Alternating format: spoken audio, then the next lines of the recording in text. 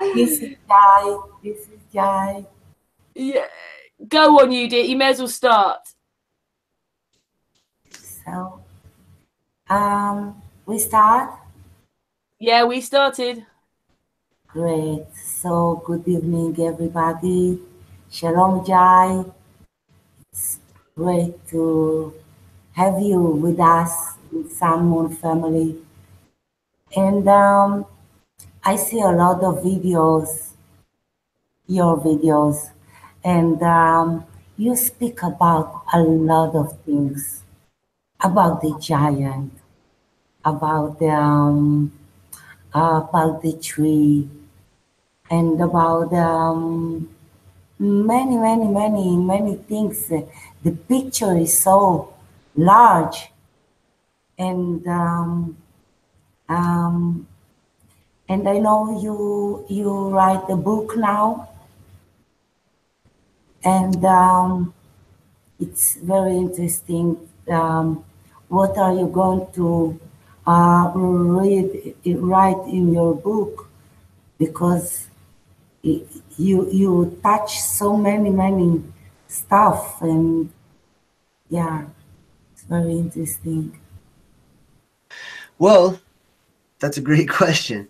I mean, there's so many books out there, and there's so many YouTube channels and platforms where people tend to they come across some information and it excites them, and then they latch onto it, and then they focus on that and only that. And even though they declare themselves to have an open mind, or being somebody who is awakening and whatnot, like so many people are professing, they really just focus on one thing.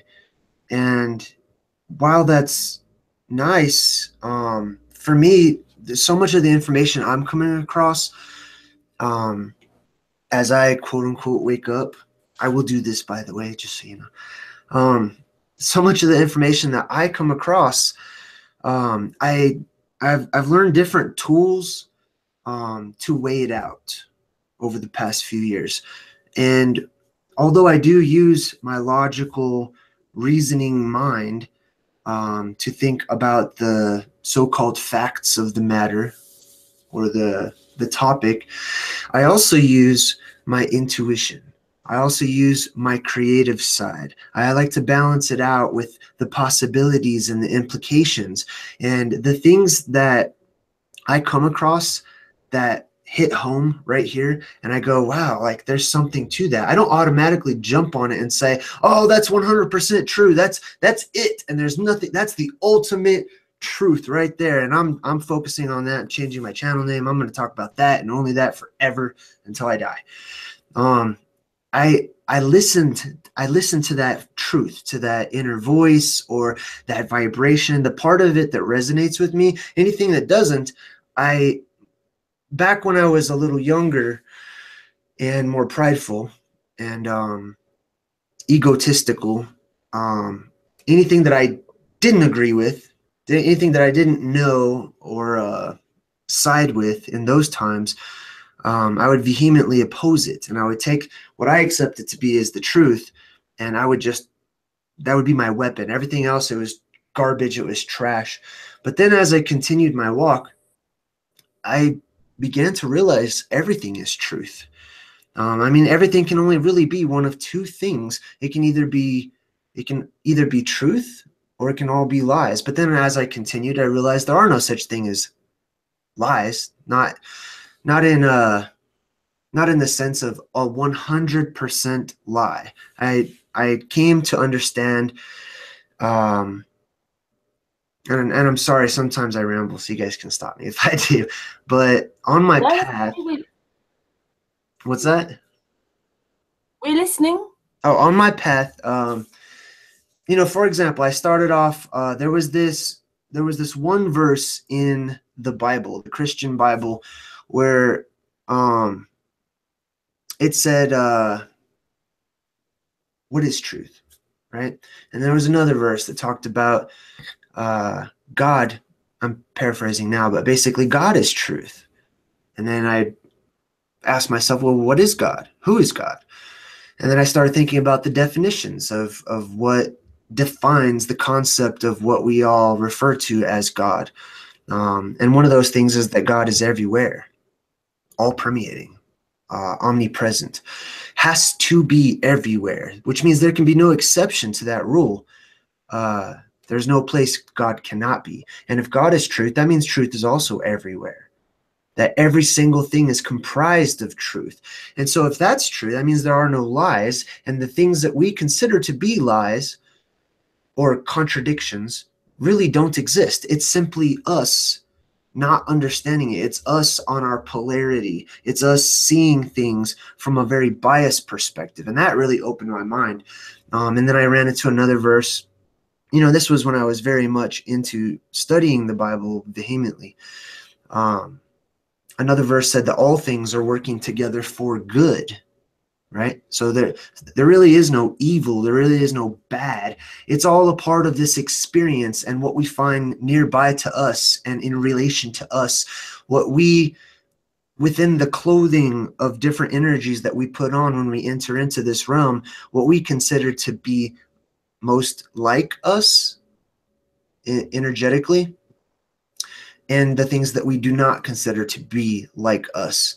So whenever I say, oh, I like that, it's only really a partial statement, because I am like that. I'm like everything. I'm like all things.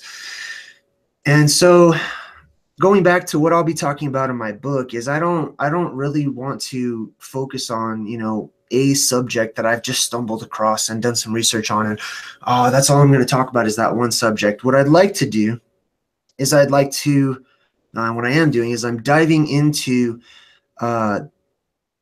the truly esoteric past and putting many of these puzzle pieces together, much of it based on what we would call factual information, but just as much of it, or the other half of it, comes from that energy that connects all of us. And I'm able to tap into that energy more strongly sometimes, and not as strongly sometimes, but sometimes those things just come to me, and people will ask me, well, you know, where do you get your information? You know, what books are you reading? And, you know, where can I get this information? Somebody wanted the texts. What are your reference texts? And that's only one side of it. That's only one part of it. You know, the reference text. Where do you get your information? Well, if I gave you the information to go read in a book somewhere, that information came from somebody else. So you can in turn ask the author, well, where did they get their information? Well, where did they get their information? And it's this endless loop. I got the information from me, ultimately, because I am connected to everything else. And so that's where the information comes from. It comes from me, or it comes from you. Inversely, we could say that as well. So I'll be mostly talking about the esoteric hidden past, or what I refer to as ancient oblivion. Many people, when we stumble into conspiracy circles and we start learning, you know, certain hidden truths, especially about history and whatnot, there seems to be this surface level, and you know, many people who've taken a dive into really getting deeper into their various religions, into the esoteric portion of their religions, they begin to learn that there are various levels that you can study these ancient scriptures or texts at, right? There's your surface level, and then there's the level right under the surface, and then there's your deep level, and then there's your hidden level, right? And many people, that the same thing applies when you're looking into conspiracies or alternative ideas on life itself. And I've found that many people, they'll get to the next level just below the surface, and while there may still be some truth there, that's where they stop, and their mind is blown, and they're so excited to have found something else, they stop right there. And I don't want to stop right there. I want to continue going and continue moving on. And so you know, I talk about ancient oblivion in many of my videos, which is our beginnings, right? And not even our beginnings, but the beginnings before us, or what we call us, or humanity, what came before and what came before that, and where did it all really begin. And so that's where the beginning of my book is going to start, the beginning of all things, and the beginnings of all things, because there were many beginnings of different things going on in the beginning. But I feel like it's very important to understand where things began and how we started off, how everything started off. Everything, and when I say everything, I mean everything here in our home, in our realm, as we understand it, things that we are familiar with, right? And then I want to take it to the present day and touch on the present day for a moment, because everyone understands the present day. That's all we're infatuated with, the present day and the here and the now. And many people talk about the present day. But we're going to touch on that for a moment in my book, and then I'm going to move on to what does it mean for us going forward. I feel like it's important to understand who we are, to get to know ourselves in order to know what the whole purpose is. What's the meaning? What's the value in life, and what is life, and are we really living life? And when we understand that, we can have a better experience in the present, and then we can understand our direction when we're going forward, and we can plan in advance, and we can understand what is coming in the future, which is also known as prophecy.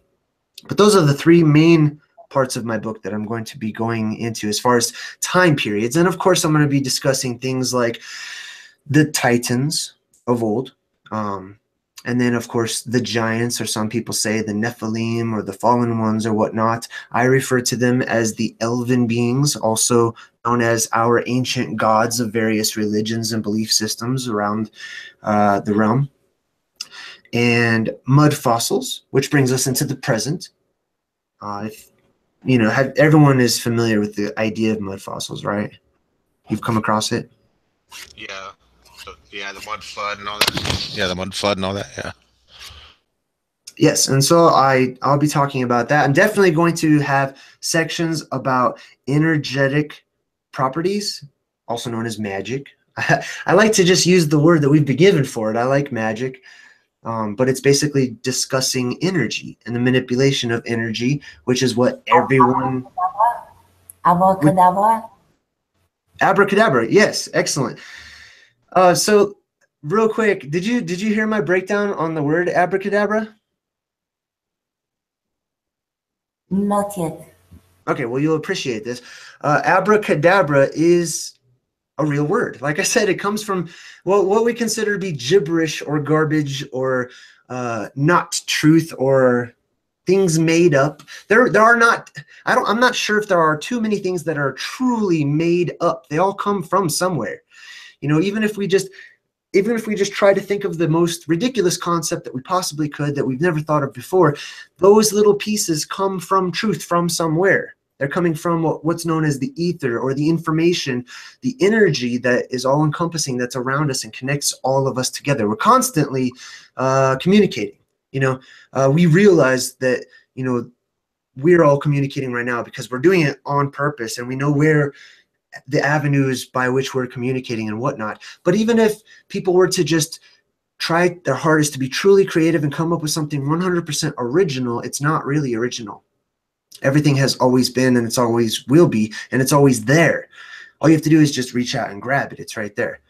But anyhow, back to the word abracadabra. It's really interesting because I like words and word origins and etymology. So abracadabra is used, by the magicians, the magic ones, the ones who manipulate energy. And it's literally words, and the words have meaning. When people say abracadabra today, they don't know what they're saying. Much like they don't normally know what they're saying. But as far as understanding what that word means, they have no idea, no concept or clue. It's... Don't mean. What's that?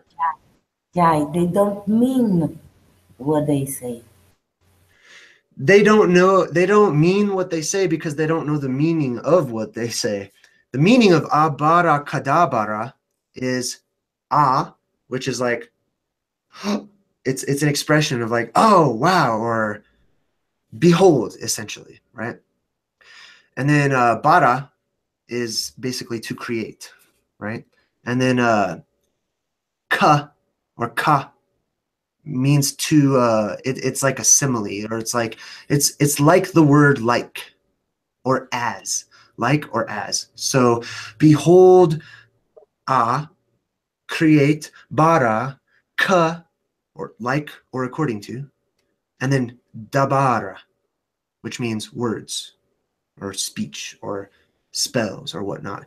So it literally means behold, let it be according to my words, roughly translated.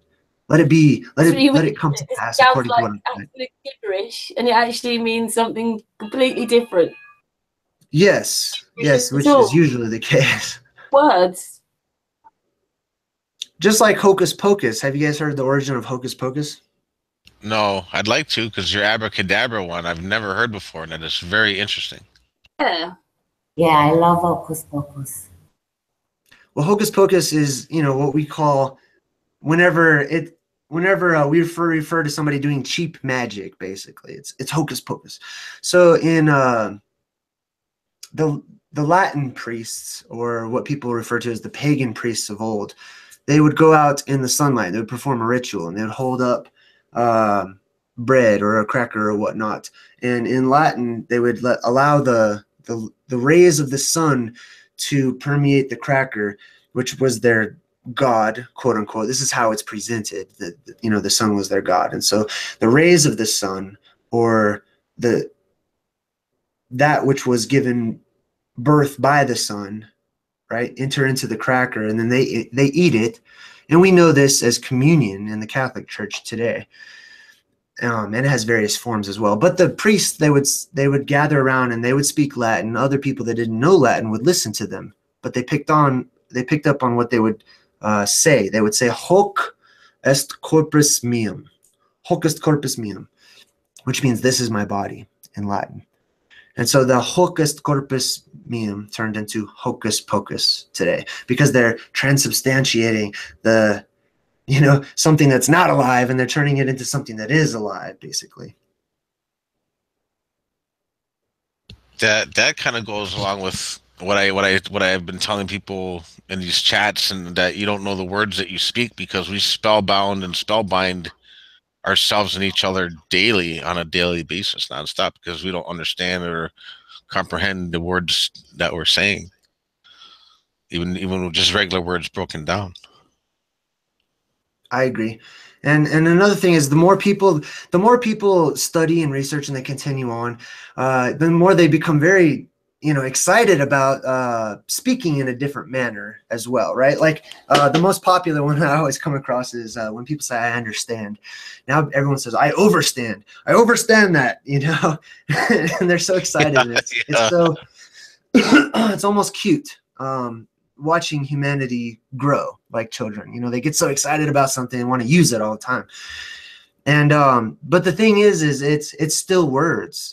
It's still utterances. It's still a representation of something that's not the actual thing.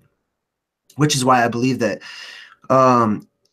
in the beginnings of things, we were closer together. We were one. We were attached. All of the beings in this particular realm. Well, I'll just use the word telepathy. Okay, it's the closest thing that we have in our word system that I have to describe it, even though it doesn't accurately describe it. But we had a form of telepathy where we were linked to one another, and we felt what one another was feeling, and we could sense the smells and what was being conveyed, and the feelings, and the direction and the communication. It was all felt between one another, and there were really no need to utter and talk and put it outside of ourselves to go through a conduit to reach somebody else. It was already instantly known. All I had to do was all you had to do is open up. That's all, really.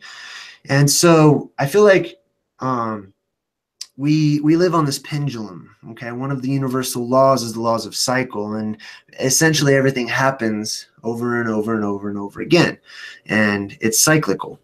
And as a part of that, at the top of the pendulum, we had this form of telepathy where we were linked and we understood one another in many different ways. More than just, you know, you can hear the words in my mind or whatnot. There were no words in my mind. There were feelings. There were pictures and experiences and things of that nature. As we got further and further away from that, we came to where the language that we came up with is just broken down. You know, what we tried to do is we tried to convey the pictures in our mind, the experiences that were happening in our minds, within us, in our energy, and we tried to write that out, to draw pictures of it, you know, which is a better way of communicating than drawing the symbols that we have today. But as that broke down into this pyramid of what we call the languages around the world, we get to the bottom of that pendulum. And at the bottom of the pendulum, it has nowhere else to go but up, which means inevitably we're going to return to that form of communication where we instantly understand and we know. And I feel like many people can tap into that today. It's known as the ether around us, the energy, the Akashic records. You know, people like Edgar Cayce. I don't know if you guys have ever studied or heard of Edgar Cayce, but he was a quote unquote prophet of like the early, I want to say the 20s in the, you know, the 1900s. And he was, according to my research, you know, he was just an average farmer, church-going Christian. And some things happened to him, and he was able to tap into what he referred to as the Akashic records. He was able to access information about people from around the world. And honestly, it scared him. And it scared him. He was nervous to do it each and every time. Even wondering if this information was coming from a satanic source or whatnot. He was very worried in his waking life when he was conscious of things. But he would go into these trances. He would lay down and go into these trances, and people would ask him questions, and he would essentially he said that he was traveling, right, spiritually or energetically. He was traveling to this place, this Akashic library, to access these records, this hall of records that contain all of this information. And really, he wasn't going anywhere. He was already there, just like you're already there. And he just realized it, you know. But his conscious mind had to link with his subconscious and give him something he understood so that he can experience it. Is this the guy that's also known as the sleeping prophet? Yes. Okay. Okay. Yes, and so Edgar Cayce, he was able to access the Akashic records, and that's just a name. That's just a name, you know. I'm not a big fan of using names or labels or logos or things like that, but it's just the energy that connects us all. There's information everywhere. I wanted to jump back 1 minute. When you were talking about we had telepathic abilities where we were able to convey emotions, was that along the same lines as being empathic or empath? Yes, it's like that. Being empathic is like I feel like if you're sad, I'm sad. You know what I mean? But it's not I'm sad because I'm experiencing your same sadness. That would be a deeper level than empathy. Empathy's a wonderful tool, and I think that we should all be much more empathetic. But this is more like I'm literally sharing in your experience. And because of that agree with experience, you. But of us on this panel are pretty sensitive people and understand what you're talking about. We'll connect. And for very empathetic people, or empathic, I should say, for people who are extremely empathic, or in tune, you could say. Have you guys ever seen the X-Men movies? Yeah. Cartoon or anything? Yeah. Sure. Has anyone not? Okay. All right. So one of the characters of these X-Men mutants, right? And this is all just metaphor for reality. One of the characters is Professor X, and Professor X is his mutant power is his psychic ability, but he can amplify his psychic ability by putting on this headset that they call Cerebro, and then he can sense pretty much every other person in the world. He can tune into the other mutants. He can tune into the human race, and he can sense them. Those of us who are beginning to trust in our connection to the all-permeating energy, there are times when not only can you choose to tap into that and you can sense things that are hard to describe, and you're not sure what it is, and it's because you haven't had a lot of practice in doing so, but sometimes it comes to you.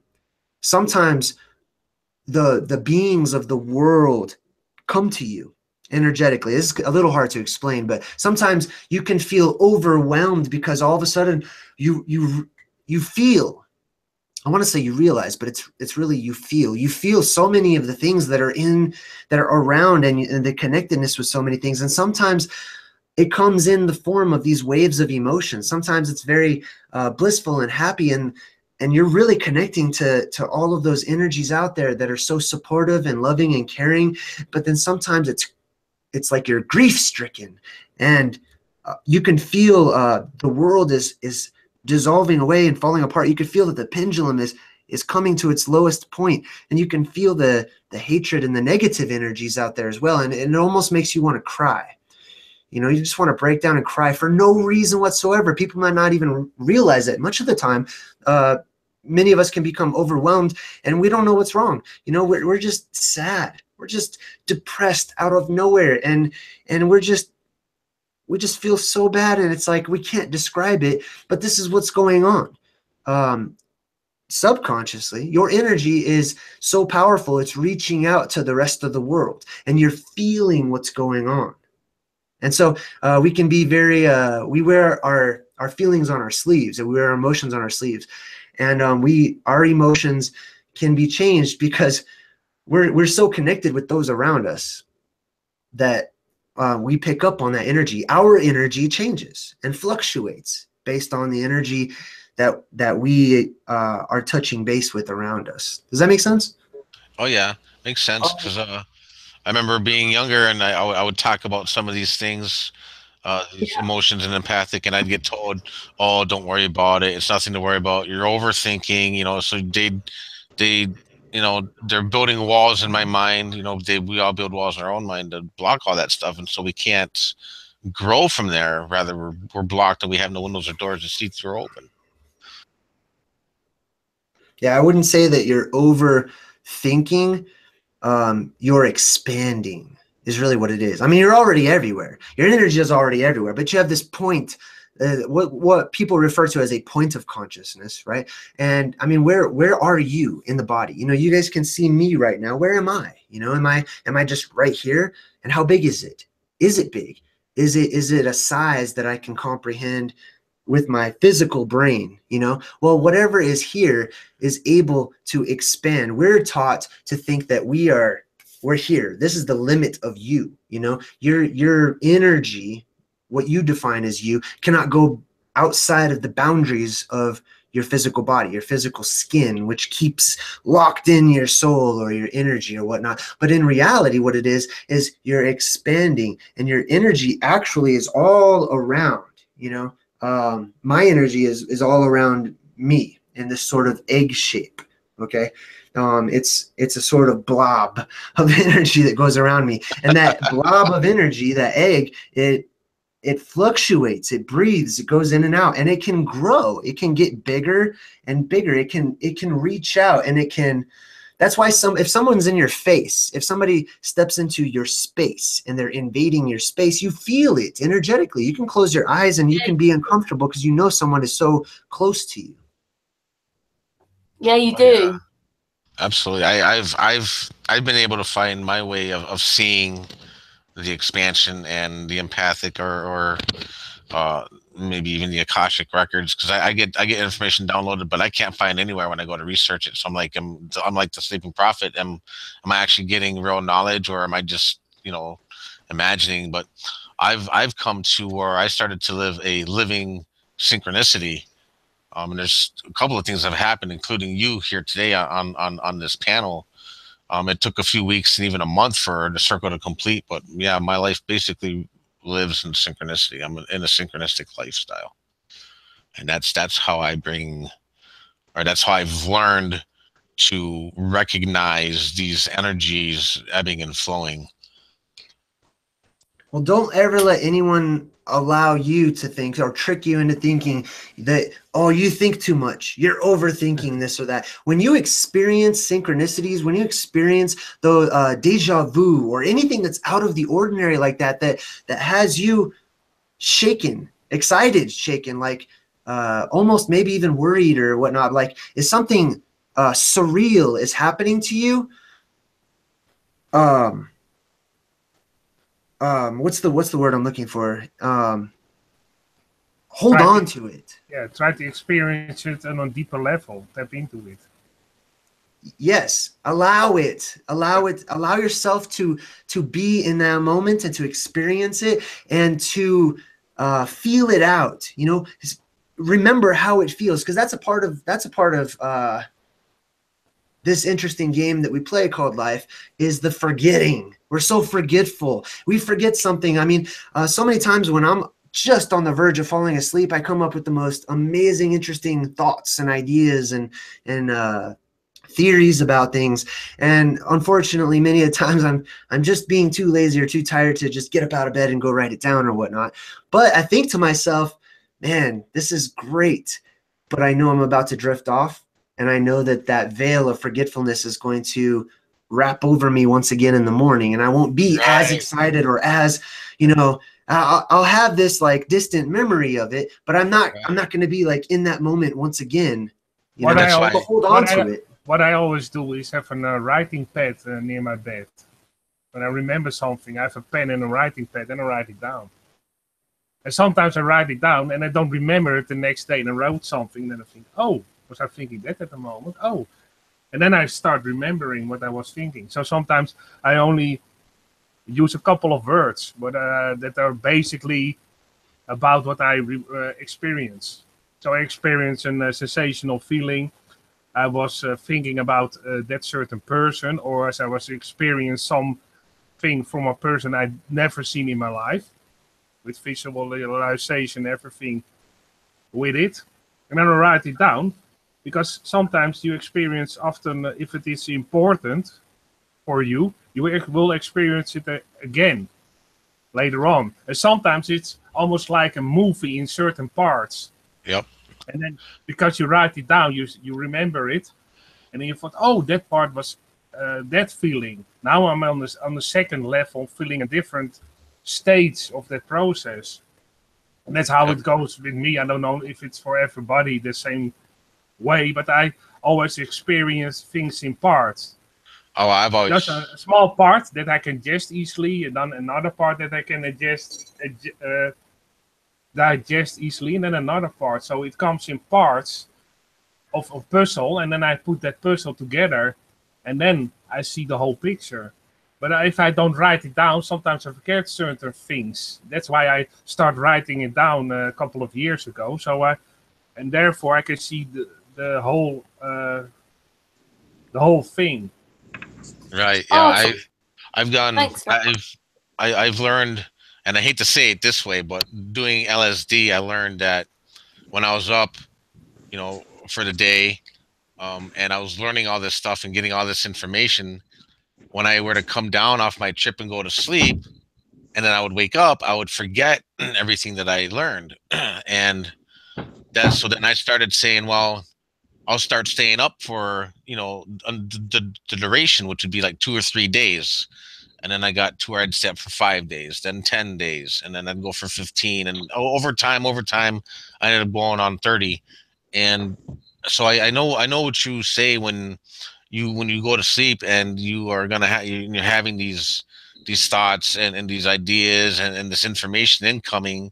But when you go to sleep, so I call sleep slip. So you sleep and fall, you bump your head, you get amnesia. So when you wake up again, you reawaken again because you've going to sleep, you've done the resurrection. then you have to kind of rethink about what was it that I was thinking of, because your amnesia has kicked in. Whereas if you were to stay up for 2 or 3 days, you're able to grasp and hold on to it for a little bit longer. And I've also found that when I write stuff down, I'm basically diffusing it. But when I write it down, it's already been put into the sands of time, or it's been burned into the book of time, and then I no longer have to think about it. And then it comes around. Then the synchronicities start kicking in, and it can happen within seconds, minutes, hours, days, months, years. And as long as you keep your mind on it, as long as when it completes and you have your mind on it, then what you were thinking that you thought you forgot, FORE, like for before, like for knowledge. Well, you find that it does come full circle, and it will complete again. Yeah. Well, I think it's. Can I just say, artist? Can I just say that Candi's joined us? Oh yeah, didn't I walk into a room full of crazies? Hey, y'all. What I think is that experience you were talking about in your fashion, I think it's a little bit different for everybody, because we all just different. Some people can read very good. Some people can do modeling very good. Some people can draw a picture very good. Some people have certain kind of. I can be late really good. Yeah, for sure. Yeah, but everybody has their distinct kind of speciality that they are good in. So maybe in your fashion, it's to stay awake and put it together. With me, it's a whole different kind of spectrum how I put it together. And I think because we're all the same, we all digest it in a little bit same, and we all put it in a different absolutely. frame of mind. Yeah. Absolutely. The only reason why I try to have people, they say never sleep again. The only reason why I try to have others try to do this experiment by staying up for 3 days, 5 days, 10 days, and then so on and so on and so on, is because I want to find somebody who does what I do. That way I can correlate with them and correspond with them to figure out if what we're gaining from the Aether or from the Akashic records or from others who are also sleeping or maybe even subconsciously, projecting. So I want to find someone who does what I do, so we can sit down and be like, okay, this seems legit. This seems like this is just nothing, and this seems like this could hold some validity. And I have yet to find someone. Well, I can't say that because I think Matt is pretty much there. I would say that being a flat earther, you usually have a lot less sleep anyway, so usually up most of the night. Yeah, because we are researching all the time. But I think in some way you always have connection in a way with other persons in their experience, but just sometimes in small connections, not all the connections, but just small pieces that are overlapping. If you understand what I mean. Yeah. It's always you have some similarity with other people, only they experience in their fashion because we are all different in a certain way. We think different, we experience our life a bit different in certain ways because we see it in our perspective, and we see it in a way that we are on that level, what we are here today on that level, what we learned. So we always see in the spectrum, in this perspective of what we have learned till now. Oh yeah, it's a learning process. Because sometimes that's why I write it down for myself. Sometimes I look back at old things I've written and I understand them much better now because I've gained a lot of knowledge in the meanwhile. So therefore, sometimes you look, I look back at videos I made on my channel and I see, oh, I put in that. Why I didn't even consciously put it in there, but for some reason I put it in there. And now I understand my old videos better than I understand them when I was making them. Yeah, I agree. I gained some knowledge in the meanwhile. I agree with all the little things. I mean, because if I have to actually mentally not focus on synchronicity to go back to the so-called ordinary world. But that takes effort. If I don't actually concentrate on not doing that, then I can see connections down to the very minute, you know, very minute stuff, and it gets sometimes it does get overwhelming because what do you do with all this information, you know? Well, digest Write a book. digest it or write a book and learn from it.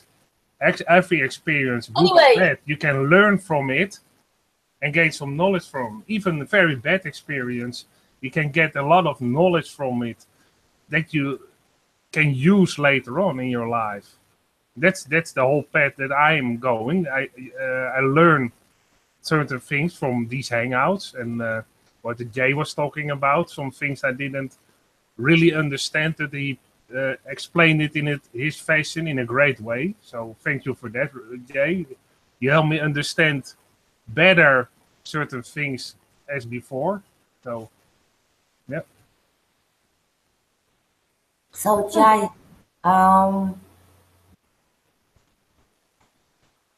everything exists. No matter. No matter. Mm-hmm. Did you say matter and no matter? Matter Yeah. or no matter. Yes. Yes. Ultimately, yeah. I mean, right now I see both. You know, it's all a dream, really, or what we can conceive of as a dream. Reality, you know, it's so limited to our own bias. You know, what is real? How do you know I'm even real? You see a picture of me there on the screen, but what makes a thing real, you know? That's right. So why don't we stick to the reality? You can make this with the finger, you know, but go to nature, see the sun, see the children laughing, and watch the sea, running and love somebody, love the neighbor, and not looking for so many stories. I don't know. I'm joking and not. I don't know.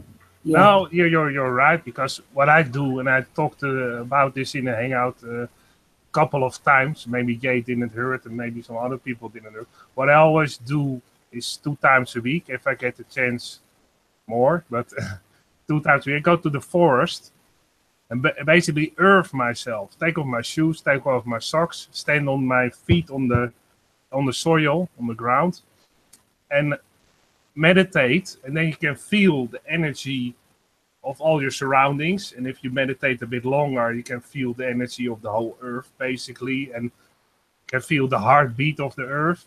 If you really meditate long, just almost after half an hour, you start hearing more. You start hearing all the frequencies of the plants. That's the first thing what I hear is I'm in the forest, so therefore the first thing you hear are the frequencies of the plant.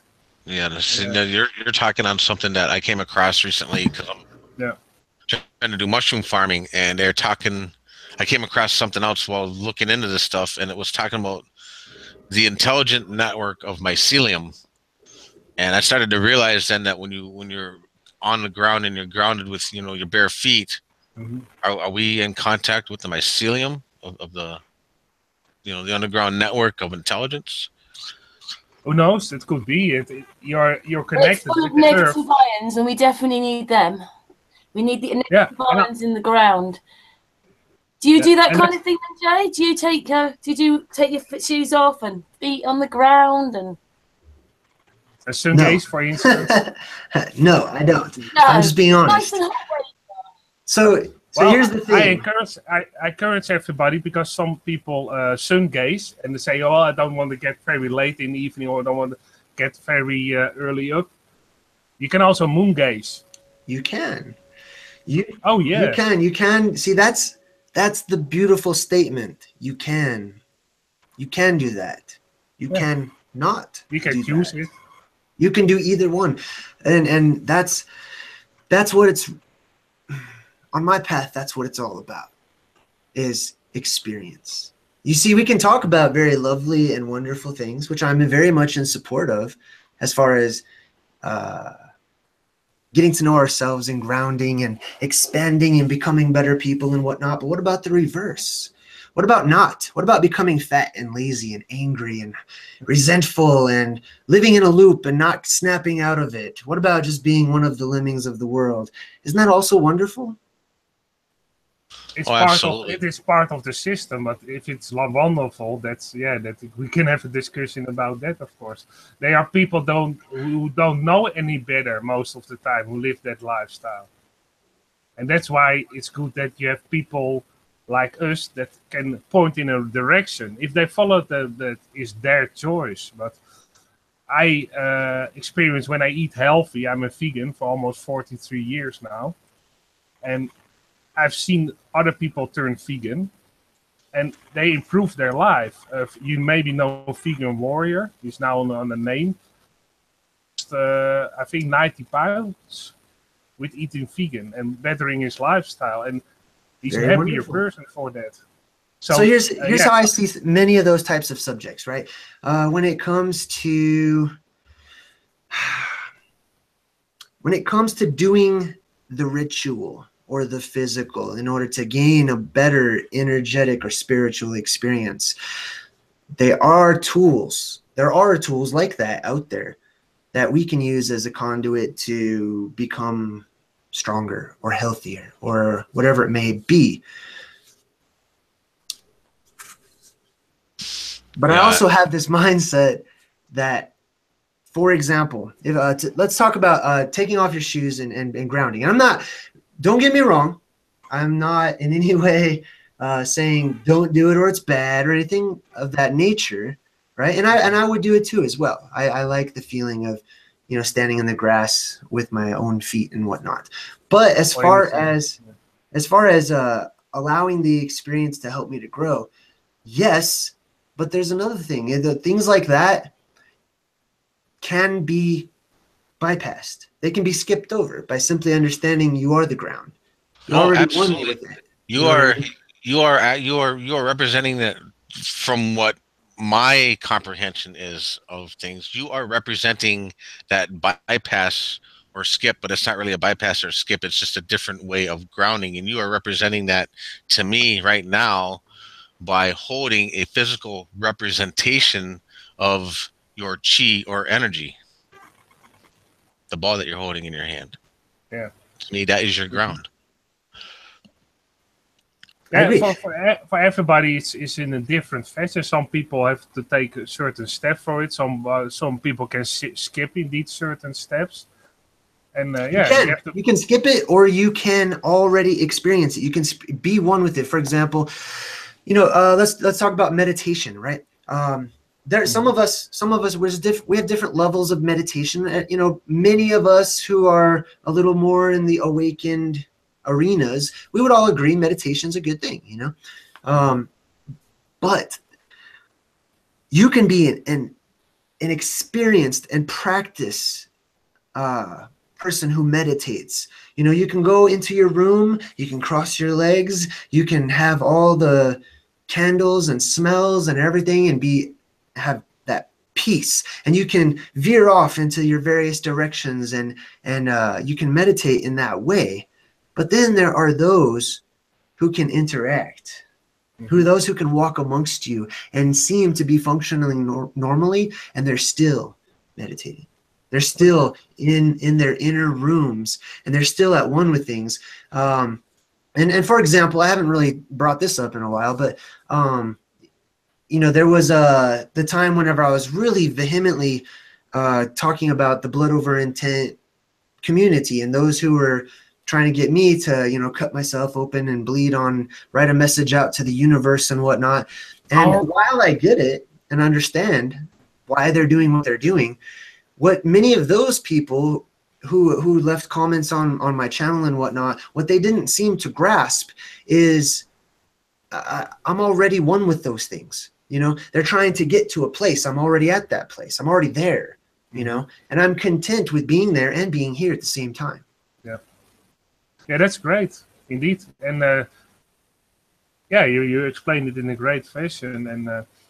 And what I need, and maybe it's just the way how I do it. I have to ground myself from time to time to energize myself. And some people don't need it. They do it in another way. They moon gaze or sun gaze, and yeah, and that's why I just give it as a possibility, and you give it as a possibility that you can do and see what works for you. Indeed, yeah.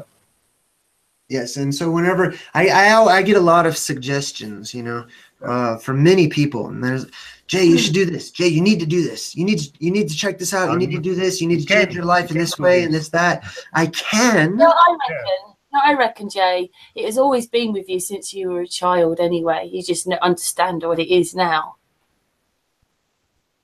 That's what keeps us all really sensitive people. That's why we all can connect. We didn't lose it. Now we forgot it a bit.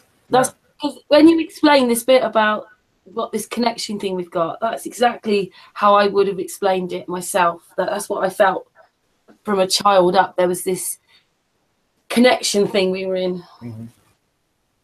Just like you said. You know, and it is very telepathic. It's something I know I've had. I've had it. You can explore it, and you can get to know it and experience it and practice it. That's why I said when you have those moments where you're something unbelievable is happening and you're aware of certain energies, or for example, deja vu. You know, when you're in deja vu, when I'm in deja vu, I find I get the most fun out of that experience by simply becoming a watcher in my own body and just allowing it to process and being in tune and in touch with that moment or whatnot, right? That's one of the beautiful things that I can do.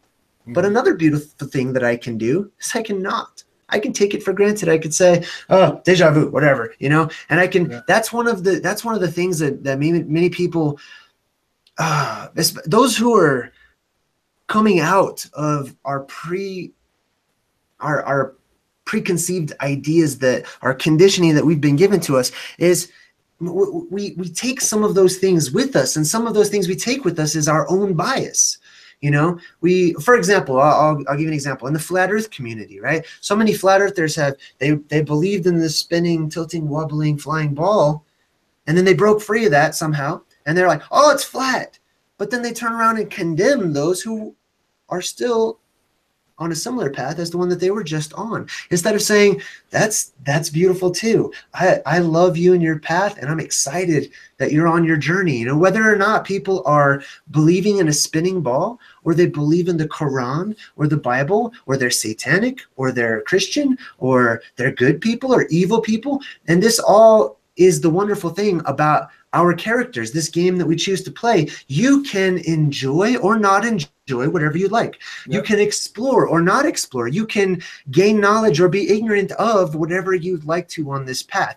And that's something that I enjoy, sharing that path that I walk and my choices with other people. And also being able to look at others who are not like me. Yep. And learning and teaching myself to smile at them and to see myself in them, you know? You can also choose to put on a shirt with a tree or not.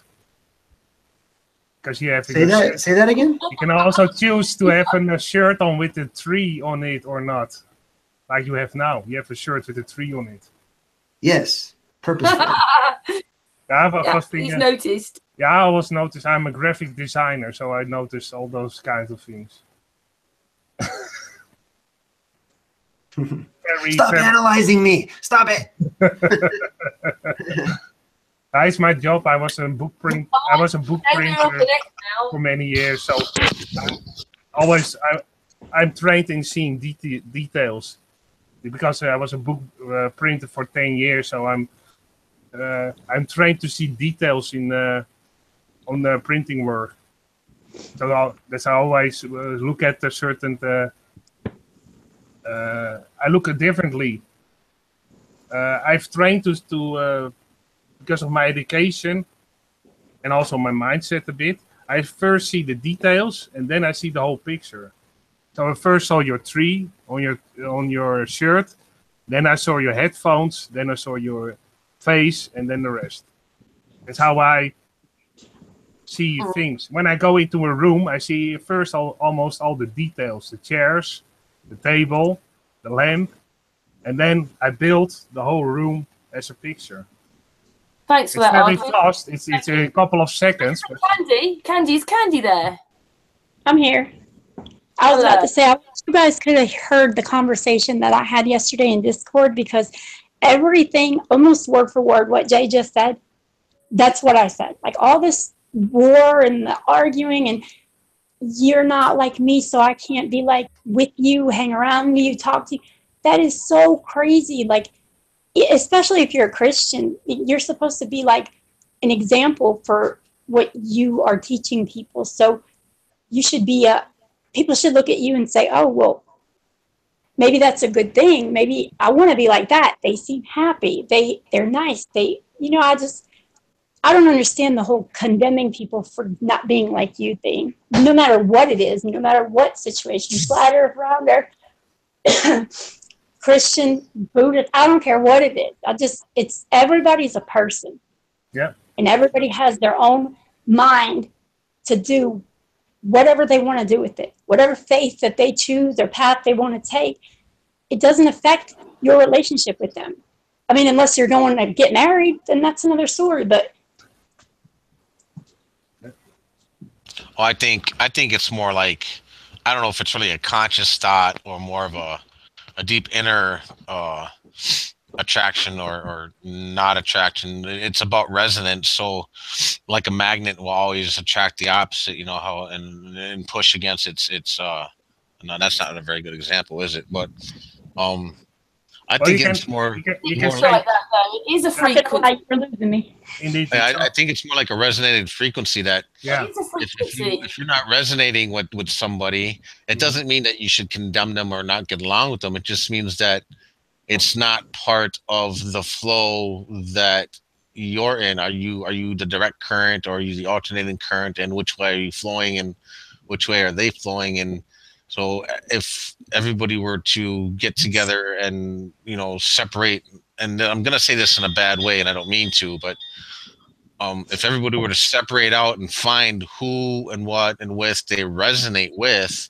I think our resonations then would become more universal towards each other. But at this point in time, we're just trying to find where we belong, what our place is. Well, I shouldn't say place, but what our office or function or yeah, destiny. I guess I can go with that, or destiny, yeah, or the weird, yeah. So I think it's just right now because we're so separated out that's what we're used to, and we're trying to find our way. So once we find our way and we find out that we resonate, say like 300,000 people resonate better in Europe than America, and so forth and so on, a lot of different countries. If we all came together in the places that we all resonate correctly with, then we can go on to the more deeper and universal levels of resonating with everybody then. So I think it's, I honestly don't think it's unconscious. I think it's more of an inbuilt. Just because you feel like that, or Candy feels like that, or Jay feels like that, unfortunately, a lot of other people don't feel like that. I don't even think it's about resonating with somebody or people or a group. I think it's more like just accepting people for who they are and the choices that they make on their own.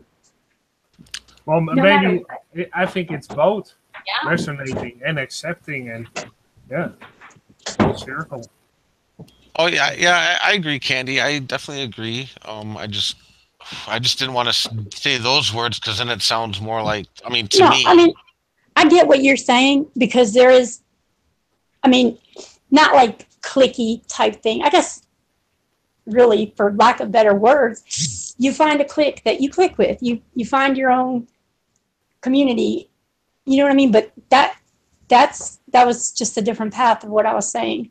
I was just saying, I don't care if you resonate with me, but don't condemn me for what I believe or the path that I'm on.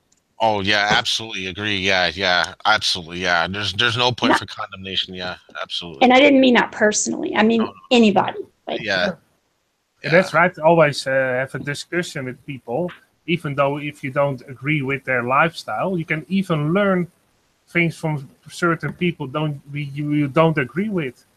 You can learn from everybody, even from people who live in a whole nother lifestyle or have a totally different religion, for instance.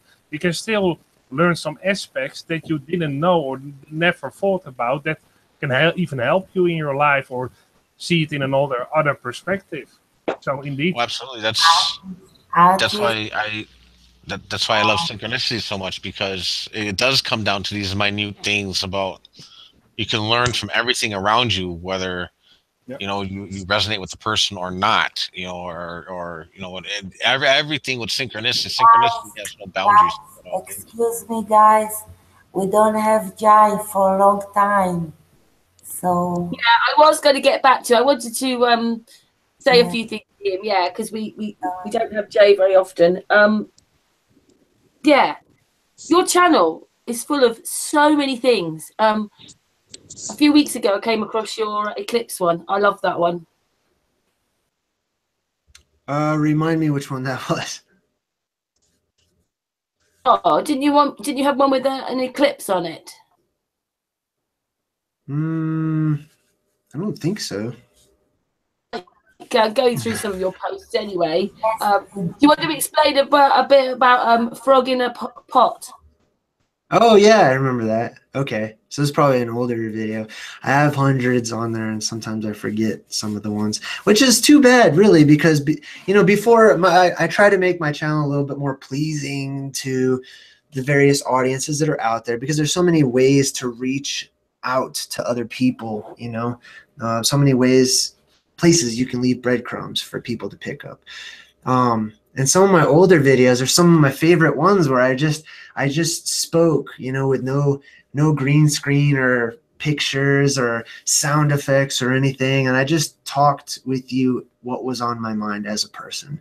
And yeah, the frog in the pot one, that's I do remember parts of that one where I was basically talking about, I think it was the reverse frog in a pot, actually. The concept of, if you put a frog into a pot and you slowly turn up the heat, it will die. It will boil itself to death, which is what's been happening to the world we live in. Everything is, see, that's the thing, is that the controllers of the world have time on their hands. They live so much longer than we do. I've learned. And at the very least, if they don't live as long as we do, they understand how to retain memories for much longer than we do. That we have that veil of forgetfulness, or Maya, that falls over us each time, even every morning when we wake up, and even from time to time throughout the day. And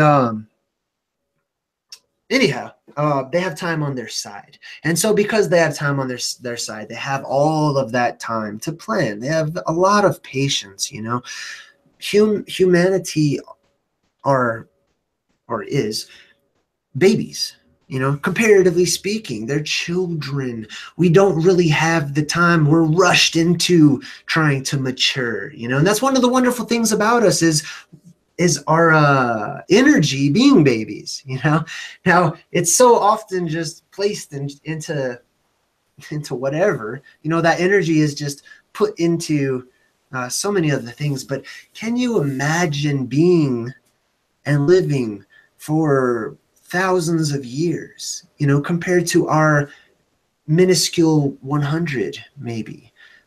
Time would be on your side. You'd be so much more patient.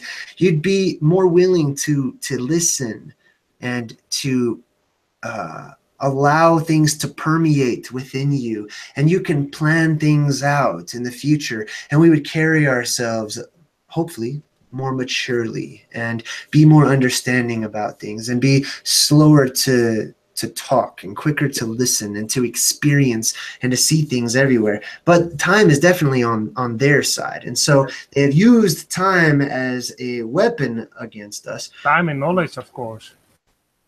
Time and knowledge? And therefore knowledge, because they have the time to gain the knowledge. Yes.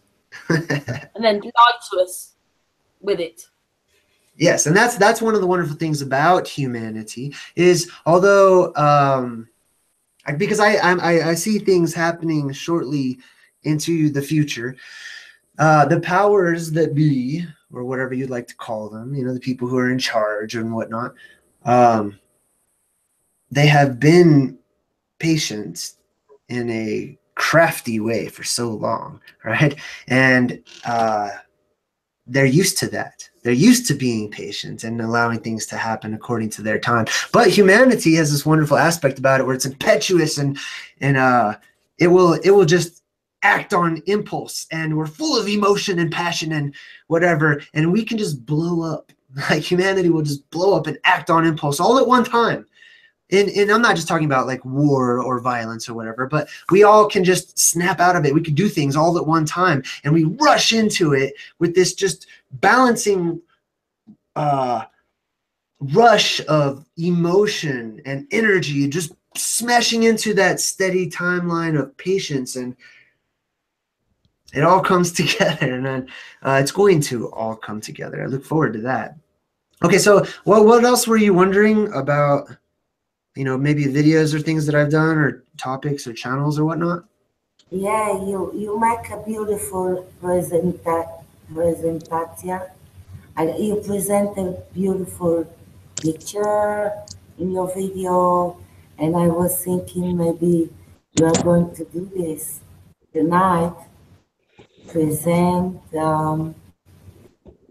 picture about the giant, about everything. Yeah.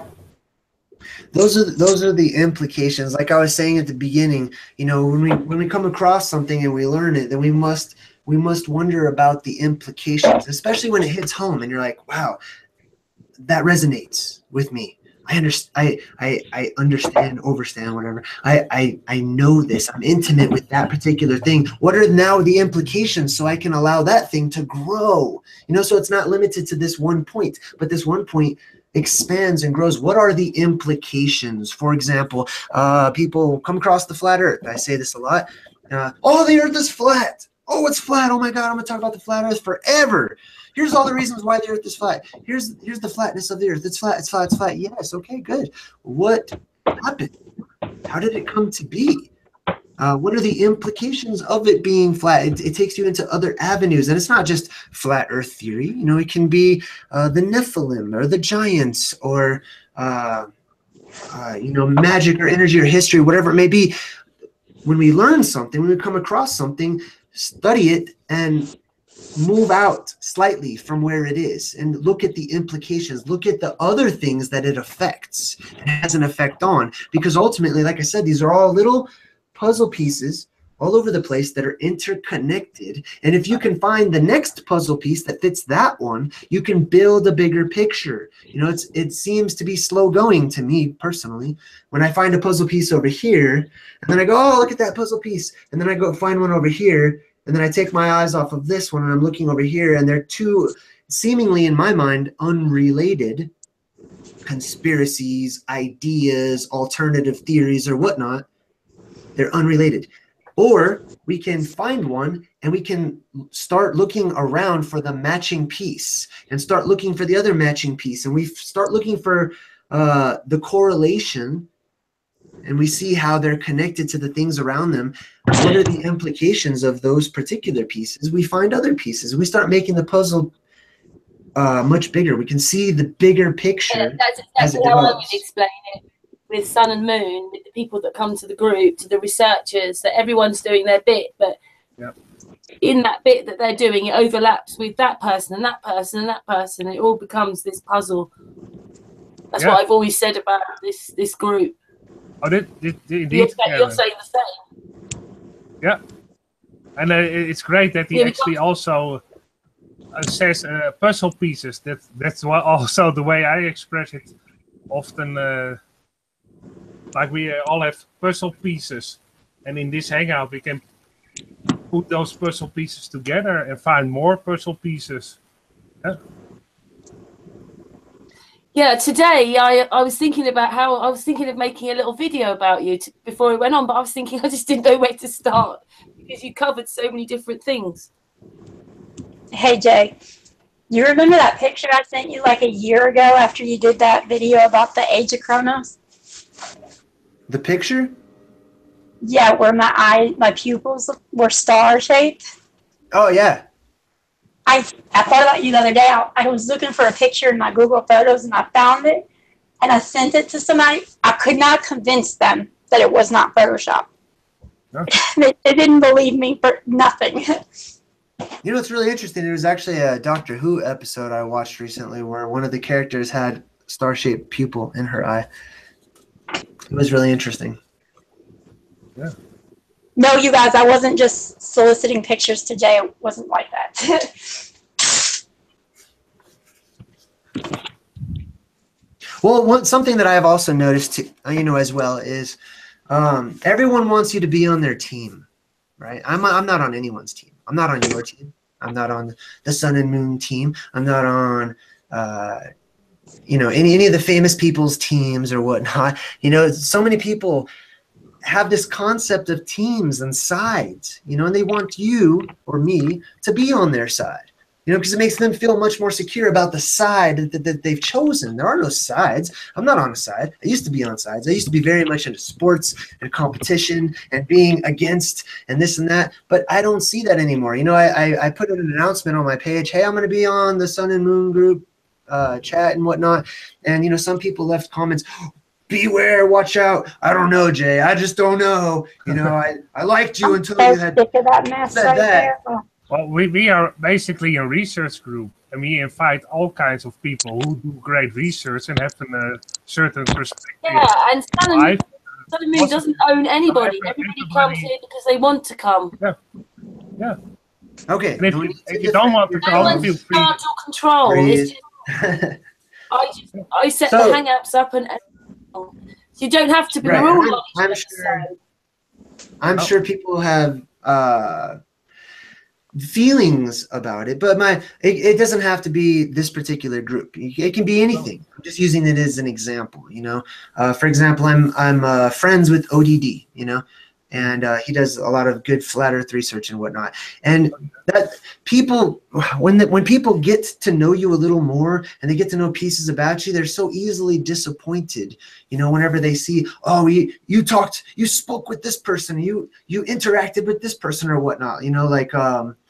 I don't see things like that anymore. I can still get kind of put off by various topics, or people may oppose me or whatnot.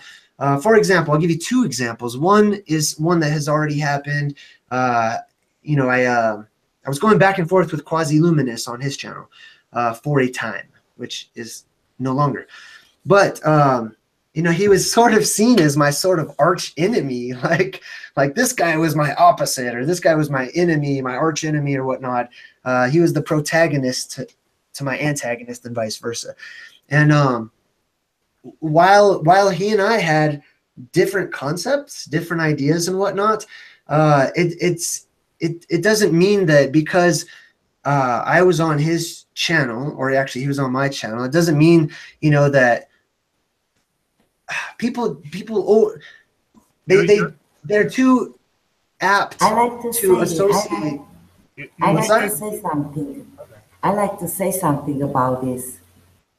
The reason that I wish you to come to Sun Moon is because we push each other. When it's a great knowledge, you want to push this on and on. And that's what I do. I share your videos because I love this, what you do.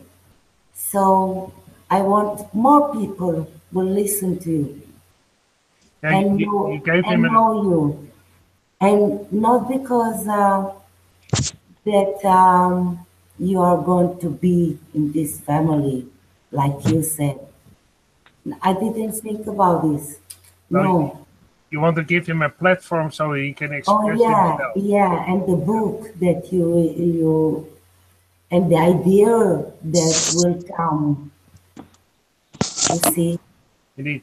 yeah. Yeah, Hocus I know Pocus. exactly what you mean because people tell me, "Oh, I was just so and so with so and so." I'm like, just because that person doesn't like me, I do not care that you are friends with them. Yeah, I don't know why people are like that. I'm the same way. Like I said before, you can exchange ideas with even people you don't like and still learn things from them. Man, that's the thing, though. You do like them. You are like them. Like is not an action. It's a comparison, you know. And that's the thing. The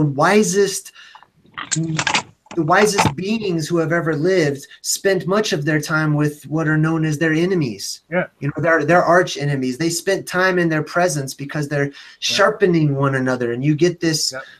You get a beauty from that. What seems to be duality, and it's okay. And I'm going to give you a second example, right? The first one was me and Quasi-Luminous or whatever. And, I almost forgot about that was fun. Wait, just because you go on, I want to explain it in your fashion, but I'm limited in my English language. But I agree with how you said it just now. Yeah. Well, the second example is I was at work the other day.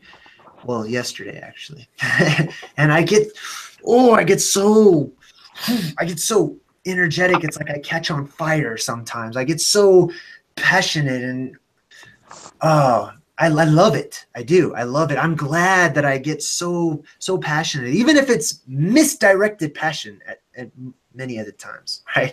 But I'm glad I experienced that. It allows me to know I am what I call alive, you know, compared to, and I'll be doing a video about this because I've been rewatching the show Westworld, and it's got me thinking about various topics, especially when it comes to artificial intelligence versus consciousness and things like that. But I was speaking with this other person at my work, and he's fresh. I'll say he's fresh. His mind is very open and young, right? And so occasionally, randomly, I will throw a topic out there and ask if, you know, have you ever considered something of this nature, or what do you think about this? So for example, I was asking, he had mentioned the mountains. He had made some joking comment to a coworker about the mountains, you know, and we come from mountains and something else. But all I heard was we come from mountains. And doing my mud fossil research or investigations or experience that I have been, and researching the Titans and the origins and beginnings and how we came to be and things like that, I asked, you know, I let him know, I said, you know, there may be more truth in what you just said than we realize. What do you think the mountains are? You know, and he was like, well, the mountains are earth, you know, they're dirt or whatever. And I said, how do you think the mountains were formed? And he's like, tectonic plates, you know, which I had a good, strong feeling that was going to be the response. And I said, okay, so can you show me an example of how the tectonic plates work and form mountains using your hands? And so, you know, we're standing there at work, and he's like, oh, well, you know, the plates push together and they go like that and they make mountains. And so I copied what he did, and I said, well, have you ever seen a mountain that looks like that? You know, and we live at the base of the Rocky Mountains. You know, he's like, well, yeah, outside right there. And anyone who has seen the Rocky Mountains, you know that they don't look like this. You know, they don't look like spires shooting up into the sky as we have that mental picture in our head. This is what people think of when they try to justify the existence of what we call mountains. They have this picture in their head that the land pushes together and it forms up into this sort of spiky spire shape. And so I was like, well, is that what you really see when you look out there? Because if you look at an aerial view, it's not anything like this. It's just elevated and sort of rocky terrain that's much higher than the rest of it. And as I'm speaking to him, someone else chimes in who was not a part of the conversation, right? But he's a listening ear, right? And here's what's going on. Once this other person chimes in, it changed. The situation changed from myself throwing a breadcrumb out to somebody to see, you know, who appears to be hungry, and throwing a breadcrumb to them. Now all of a sudden we have another character joining the scene, right? This character is listening out of the side of his ear, and he sees what's going on. It's not the information itself that the character is opposed to. It's not like the character wants to be a part of the discussion because he has something of value to bring to the table. The character sees the innocent, and the character sees the open mind and the youngness of the one I was speaking to, and he sees what's going on as far as the offering of food and nourishment to that person, right, along their path. They stop at my house, I offer them something to eat, right? And he sees this and he wants to detract from it. So he automatically goes, oh, well, you know, wind and rain over time, they smooth out those spires, and that's why they look like that, right? It was not a genuine attempt to join a philosophical conversation or to add some depth or understanding. It was a regurgitation. It was an instant response conditioned by the world that we live in today, by the energies that permeate this world today. It was a conditioned response. It's like in the Matrix, I refer to this a lot. It's like whenever, you know, you have your average citizens that are all plugged into the Matrix, well, they're still used as listening devices or cameras for the agents. And whenever the agents pick up on certain flags, certain keywords or things that they see, they turn into an agent and they get involved and they jump in to try to cut it off, right? It's not really the person's fault, if you can call it a person. I'm going to get into that in some other videos as well. But he jumps in to try to engage, and now it's a game. Now it's a battle. Now there is magic going on both sides, right? There's the manipulation of energy on both sides. And this is a wonderful example of the world we live in, of life itself. You have one offering, but not forcing. You have the other seeing the one in the middle, the neutral party, and trying to force it and to pull it towards it and to detract from the other party. Now you have a little war going on. Now you have a little game that's being played. And while that whole game is going on, being the energy that I have right now, I felt myself. I'm very self-aware. I can feel myself. I was getting hot and I was getting frustrated and enraged, and to top it all off, I couldn't continue the conversation because I work in a call center, and all of a sudden I had a customer in my headset, and I had to stop what I was doing over here, and I had to focus on my job and helping this person out, and meanwhile wanting desperately to jump back in there in order to respond and whatnot. And so once I was able to, I came back to, you know, the other kid, the kid that I was talking to, the neutral party, and I said, let me ask you something. Have you seen the Garden of the Gods? And here where I live, we have a rock park called the Garden of the Gods. There are these plates that stick up out of the ground at these strange angles, and they have no business really being there. There's nothing to explain their existence, right? It's just chalked up to erosion and wind and rain over time, right? And I said, have you been to the Garden of the Gods? He says, yes, I have. I said, how was that created? And he says, I don't know, erosion, you know?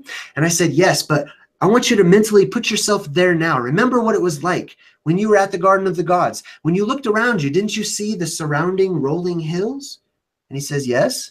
Well, then wouldn't that same wind and rain and sleet and hail and snow and nature happening over the course of millions of years, as we're told, wouldn't that have the same effect on those surrounding geography? You would think so. And he was like, whoa, wow, yeah, I guess so, you know. And now I start talking a little bit loud enough so that the other party can now hear me, because now I'm jumping into my own character, right?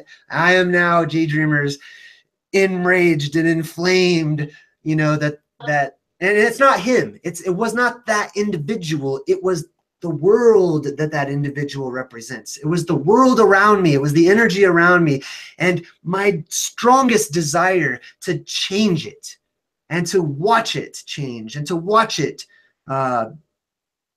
grow and to turn into something else, right? And so I let him know. I said, the schooling that you have had for years and years of your life is worthless. if you think about it. It's used when you're watching Jeopardy so that you can answer a trivia question and earn some money, okay? You know, what good is it to know that George Washington had wooden teeth? That's irrelevant. It doesn't matter. It's not weighty. It doesn't hold any value. You can't practically apply it in your life today. It's trivia. It's worthless knowledge. It's, I mean, true or not. And I said, the schools today, they don't teach you things that you can use, that you can know. They only teach you how to communicate in a most basic form and to use basic levels of math so that you can continue to work and to do your job. But all of the other things you've forgotten, all of the other things except for small bits of information or trivia that you have been conditioned to regurgitate whenever the question comes about, so that you can regurgitate it and move on and not think about it or question your reality, such as erosion. Wind and rain. How do you explain those strange rock formations? Oh, wind and rain. It's just, you know, the rain does that. Little droplets of water over time. I'm not saying erosion doesn't exist, but I am saying think outside of the box. When have you seen that happen to boulders, to rocks, to mud? Yes. To loose gravel? Yes. But to actual boulders, to those dense rocks that exist out there, wind and rain cutting into that? Question it, you know? And I'm not saying, and this is the conversation that I was having with this individual. But I was just, I was so enraged. And to top it all off, as I'm finishing up, I started talking to him and I said, you know, there are many things to learn in life. There are many avenues of information to gain. And many of the world's ancient writings and scriptures and historical records talk about things that we have never been taught in schools, like the fact that gigantic beings once existed, we call titans, that roamed about our world and our realm. Now, at this point in time, the other one, he starts laughing. He buries his face into his keyboard, and he's laughing loudly enough so that other people are starting to look at him, right? He's laughing at me, at what I'm saying. And I'm getting so enraged, and at the same time, on the verge of my subconscious, I realize I'm not mad at him. Consciously, I am. Consciously, I'm like, how dare you laugh at me, you know? But subconsciously, I realize I'm enraged with myself. That's an extension of myself. And I'm enraged because I allow myself to continue these various modes of thought in the world today. You know, and I took it home. I was just, I was so mad at the world. I was so mad at the way things are. I was so mad that people can be so hypnotized by the conditioning of the school system and their parents and their neighbors and their friends and families and the cartoons and the commercials and everything. They can be so hypnotized that they just are so prideful and egotistical. Erosion. It's erosion. And they laugh. They're protecting all the wrong things and don't realize it. Well, not just protecting. Yes, they don't realize it, and they're protecting it. They don't realize it, but they stand with pride, you know, knowing that they're on the side of what's been taught or the side of the system.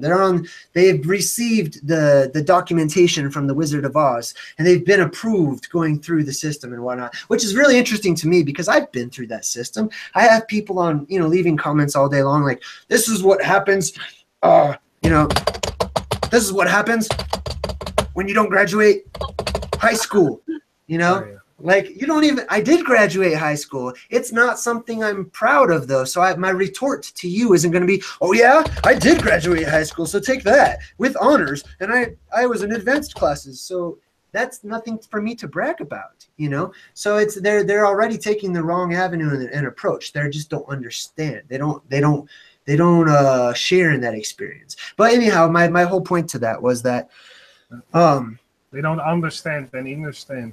Yeah. That's the problem. We talk about what you're talking about periodically on this channel anyway. It comes up in things. Oh yeah, I did some presentation. Yeah, I did some like presentation about how certain strange things on the Earth are formed, like electrical discharge, electrical arcing. And you can see clearly discharge points and negative and positive discharge points on the Earth. You can clearly see them. And some people need to say, oh, it's erosion. But it's the same with if they discover an ancient building. They say, oh, it's a tomb. Done. And it's actually not a tomb. There never were extracted any bodies from that place. But they call it a tomb or a temple. And they are done with it. That's the easiest way to describe certain things they don't understand. Because often you can clearly see it's not a tomb.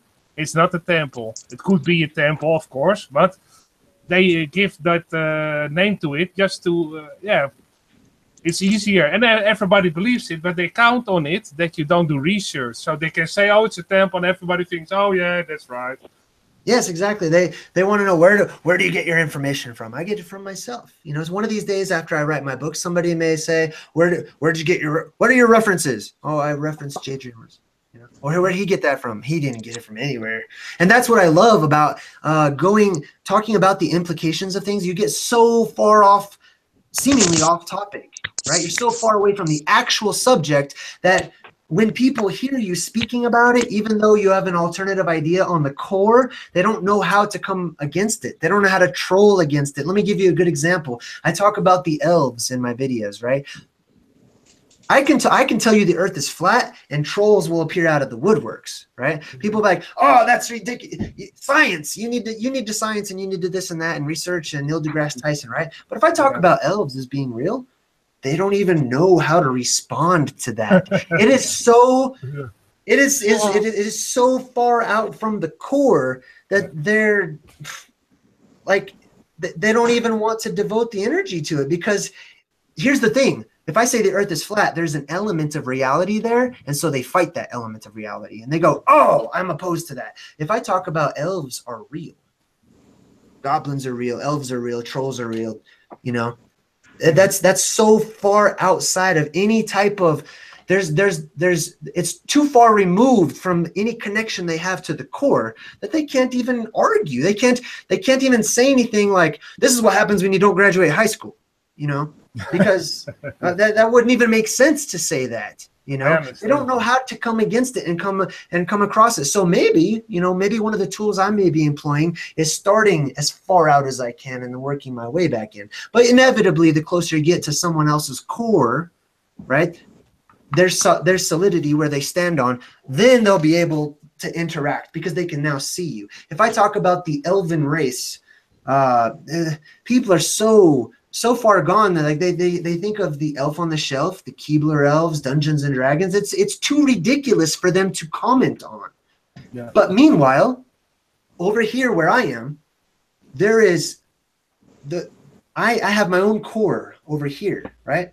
And I understand this is true. There is truth here to be found and to be understood and to be uncovered and spoken of. And so I confidently speak on it over here, not timidly and mildly, and so please don't judge me, but you know, it may be that there might be a such thing as elves, and I don't know. I'm just saying it could be. No, absolutely, there is a such thing as elves. They are real, and here's yes. Yeah, when I was a bit younger, yeah, I don't know, I started go dancing. I put glitter in my hair, and twice I went out, and I hadn't really drunk anything myself, but I don't know. I just suddenly people said, "Oh, you're a bit mystic, aren't you? And you know this and that," and it got around to asking them what they thought they were.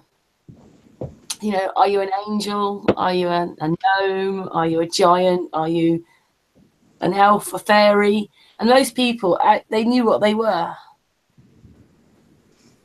So in people, they know what they are. I know it might sound silly now because it was at a party and maybe they'd had a few drinks, but they all knew what they were. And some of them you could tell because they've got like grips in their hair. So they were angels, the way they had their grips. You know, there were just things about them. They act like who they are. And I remember going, oh, it was in a pub. I did the same thing. They all knew what they were. They can't give you recoil about that, Jay, because their minds can't comprehend it. They were indoctrinated about the spherical earth, so they have an answer for it. So it makes them feel better to try to make you feel less important or less smart, less knowledgeable about the world. But when it comes to the subjects that you talk about, they can't troll you because they don't have answers to give you that contradict what you're saying. They don't even comprehend it. Their minds, they get what they got taught in school. They memorized it, and they're spitting it back at all of us flat earthers over here on the Flat Earth channels, but they can't do that with your subjects because they don't know anything about it.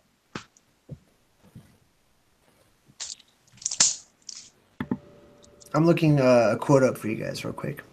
Okay. But it's like my daughter, she just did a project. She had to do a project at school about global warming. You know, I just walked down when I was muted. I walked down to my mom's house, and it was snowing last weekend, literally snowing. Snow on the ground. It's stuck and everything. It is so hot outside. I put a jacket on. I thought it was cold. I'm sweating like it's only 2 houses down.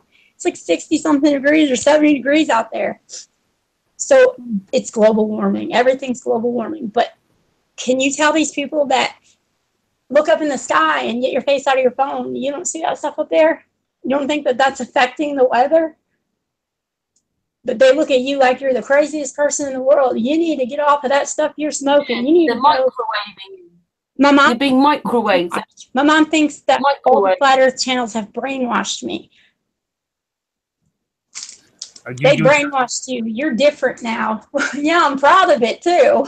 Yeah, you're different because you think about certain things and you think longer about certain things and you expand your mind and do research and talk about it. And like Jay is now on our channel and he talks about certain things that are great and also things I thought about. And actually he's thinking in the same fashion a lot of things that I think, oh, there are indeed more people who think in the same fashion, who do research, who think deeply, who expand on their research that they do. And then they go so far with the research, like I will sometimes do. I go so far away from the core, like he was describing, in a beautiful fashion, that they can't grasp it anymore. Because some people don't go that far away from their core and expand and think freely without any borders in their mind. Mm-hmm. I also try to think as free as possible. And if you think... They don't have time to think. Jerry Springer's on. You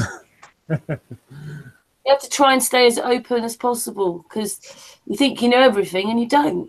No, I say myself, I don't know everything. I'm still learning from people certain things or certain perspective I never thought about. And like he described, beautiful, it's a big puzzle. Sometimes you have 2 pieces and you don't know what the missing pieces in between are. And then you find those pieces because somebody says something or somebody shows something. Then you think, oh, now I understand it. It's like this. And that's the beautiful way of these hangouts and interacting with each other on the internet. It's a great way of finding a lot of information and hearing a lot of information. Yeah, thank you, Artis. Yep. Jay, have you found your picture? Go ahead, Karen. I'm sorry. No, not exactly. So I'm just going to summarize. I don't remember the exact quote, but I think it was from the Tao Te Ching. The what? Oh, hold on. My bad. Okay. I played our chat. I didn't even know I was in the chat. Okay, cool. 1 moment. There we go. Okay, sorry. I was lost on the internet there. Okay, so anyhow, one of my favorite books, that I've really learned a lot.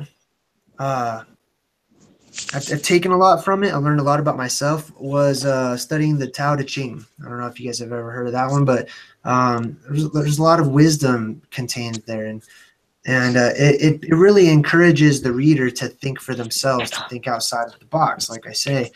And one of the quotes, I can't remember exactly how it went, but it was something like, "The summer fly cannot conceive of ice because he's only surrounded by the heat." And the scholar cannot be convinced of anything else because he's only surrounded by his books, And a frog in a well only knows the stars and moon as its world, or something like that, you know. But it's I could not find it. I was looking so hard. But essentially, it's a caution, you know, to not think of our reality, our world, as being just the things that surround us, the things that we have come across thus far. You know, that's one of the mistakes that I had made. One of the wonderful and fun experiences that I was able to go through and participate in was thinking that the world is my experience, that I knew what there was to be known because I had acquired a particular knowledge, or I had gone through a particular experience, and that had limited me, and it had blinded me, and it had prevented me from expanding and growing. And it ended up being a tool, because the more I would try to force my knowledge onto other people. I mean, I used to be huge into debates. I used to really just enjoy just debating, you know, because I just wanted to be right, you know, and because I knew I was right. I was right, and they just don't understand, and they don't get it, you know. And I'm gonna argue it to death until you know, we either fight, or they're angry, or I'm angry, and it's or they're gonna jump on my side, which never really happened that often, you know. But I was when I continued to bang my head against that wall so many times, I got tired of, you know, the dull sensation of pain I was feeling. And so it allowed me, because I was stuck in one place for so long, or seemingly stuck in one place for so long, that became a tool in itself. My knowledge, my books that I had surrounded myself with, I was blind to the rest of the world. I was blind to being open to other concepts and knowledge, you know, and that became a tool. I banged my head against my own knowledge so many times. I created my own dead end for myself so many times that it became a tool for me to want to not live in the well any longer, to stare at the same scenery. I wanted to explore the rest of the world. I wanted to explore myself and how I felt about it. That's why I get excited at times whenever I find myself so passionate and energetic about other people, you know, especially when I have instances like the story I just told you, where people oppose me. I can feel myself. I get very hot, and I get very very anxious and impatient. And then there's the other side of me. Passionate, yes. There's the balancing side that is back here, having a conversation with myself, allowing myself to observe the situation and observe myself in character, how I'm responding to it. And it's sort of you know, kicking back, eating popcorn, and maybe making an occasional suggestion like, how do you feel right now? You know how you feel right now. Why do you feel this way right now? There's a reason behind it, you know. And I whisper these things to myself. We have these corridors. I am a wizard. You know how you were saying, you know, these people knew what they were. These people knew what type of character they are, aside from the human that we're told that we are or whatnot. Wizards have an interesting and unique ability to partition our minds. Okay, so we can split. You know how many people have learned about MK Ultra, and you know how the government tries to build these altars in people's minds and whatnot. Well, a wizard can willingly do that, can purposefully create altars in their own minds for different purposes and for different reasons. Not just, oh, I'm just a schizophrenic, crazy person or whatnot, but we can partition our minds. We can separate ourselves from events. We can remove ourselves from pain, or whether it be physical or emotional or whatnot. Now, in another part of the mind, we still experience it. We want to experience it. We need that experience. We need to put that under our belt to have it as a tool in a future situation. Right? But in another place in our mind, like I said, many of us are meditating.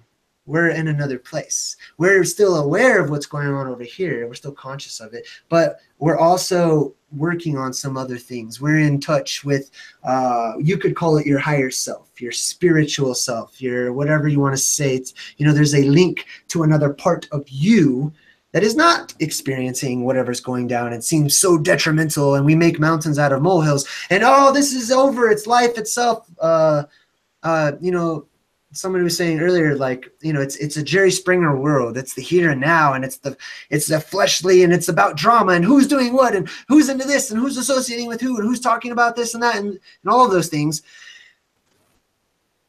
That is noise to me, and I hear noise everywhere. It's a very noisy world if you listen. Oh yeah. There's noise everywhere. There's vibrations everywhere, and the song is off key, so to speak. But that's a part of the beauty of the song. This is the place in the song where it's supposed to be off key, because that off key represents a character in the song. You know. I see it as a certain frequency is off key. You have different frequency, maybe 12, for instance. And only 4 of the 12 are off key, and the rest is in key. The rest is in key? Yeah, in key. Well, yeah, I'm from Germany, so sometimes I have a strange way of expressing myself in the English language. But the rest is vibrating in a level that is a vibration that is not off key. And the rest of the vibrations can be experienced as off-key. But you can also separate them. See that certain parts of the vibration are still in key, like the trees surrounding you, like the grass that is growing, like certain stones that are surrounding you, they can be in key. But a motor saw can be off-key. Just a visualization is this, just to show it how I experience certain frequency. It can be whole different things, but I just give an example. And then a motor saw can be off key, or a USTM tower can be off key with this frequency, or somebody that is very angry can be off a vibration that is a little bit annoying, but the rest can be in key, so you can feel the vibrations. I can feel the vibration feeling off and on key. And sometimes, yeah, that's the whole part of the grid that you can feel. And you can also change to the keys and the feel, and also block out certain things. See, that's one of the wonderful things about where we live right now. This they say that all the world is a stage and all the men and women are merely players, right? Which is true. We put on costumes, we put on clothing of energy, clothing after clothing. We get into character. That's one of the things, you know, as a part of this breaking free. You know, you guys were talking about grounding yourselves earlier, right? By all means, break free, but realize that you are here as a character. Play the character every now and then. You know, be the character. Be that best of that character that you can be for that time, you know? Yeah. So I'm probably going to hang out for 10 more minutes, and then I'm going to have to get ready for work. Is there something written on that ball or not? I could see some text. Yes, it says, sich auf gewöhnlichen Boden bewegen. Okay. Right there. A little bit higher. Okay. Or maybe sometimes people write on their water distiller happy or smiley face, because water has memory. So sometimes people write certain things on their bottle of water, happiness or happy. Where does the writing come from? Right? It comes from your hand. And where does what dictates what the hand moves? Your mind, right? So you can have everything you drink say happy. You can have everything you interact. You can see. You can create your own what they call augmented reality today. You can place those things. That's a wonderful tool, like I was talking about earlier. But it's a physical representation or manifestation or attempt at manifesting something that is already true and already in existence. You know, it's just it's a sign. I just gave it as an example. I just gave it an example that some people do that in it. Yes, I don't. Well, I mean, me neither. But Do you think it's if the, it it's hasn't the got energy? very long to go, not very long with us, Candy or you do you want to questions, as he said? I was just gonna say, I saw that. What's his name, Doctor? The guy that did the stuff with the Doctor water? Who? Huh? Doctor Who? I'm not talking about Dr. Seuss. Dr. Phil. No, the doctor, the guy that did the stuff with the water, with the writing or talking to it, or what you guys were just talking about. What's his name? I don't know. I don't know. Okay, well, anyway, I think it's probably just the energy that you're putting out. I mean, because that's really everything. You give negative energy to something, and it's going to give you negative energy back. If you, like you were saying, the words that you speak, it can't. I mean, I know it's your mind, but it's an energy field.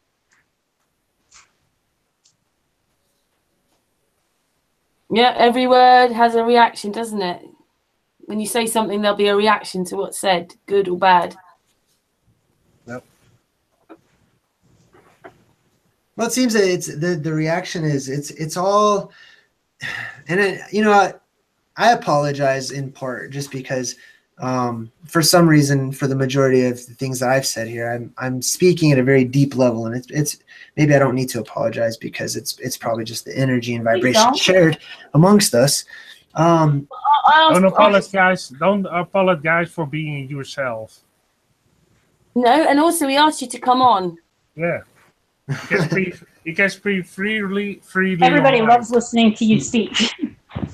Yeah, like indeed, I was listening to him. Yeah. Oh crap! Sorry. Come on. Bit of feedback there, Candy. Oh, yeah. I just turned my laptop on. I'm sorry. Okay. Yeah, just express yourself in the way you like, Jay. It's all good here.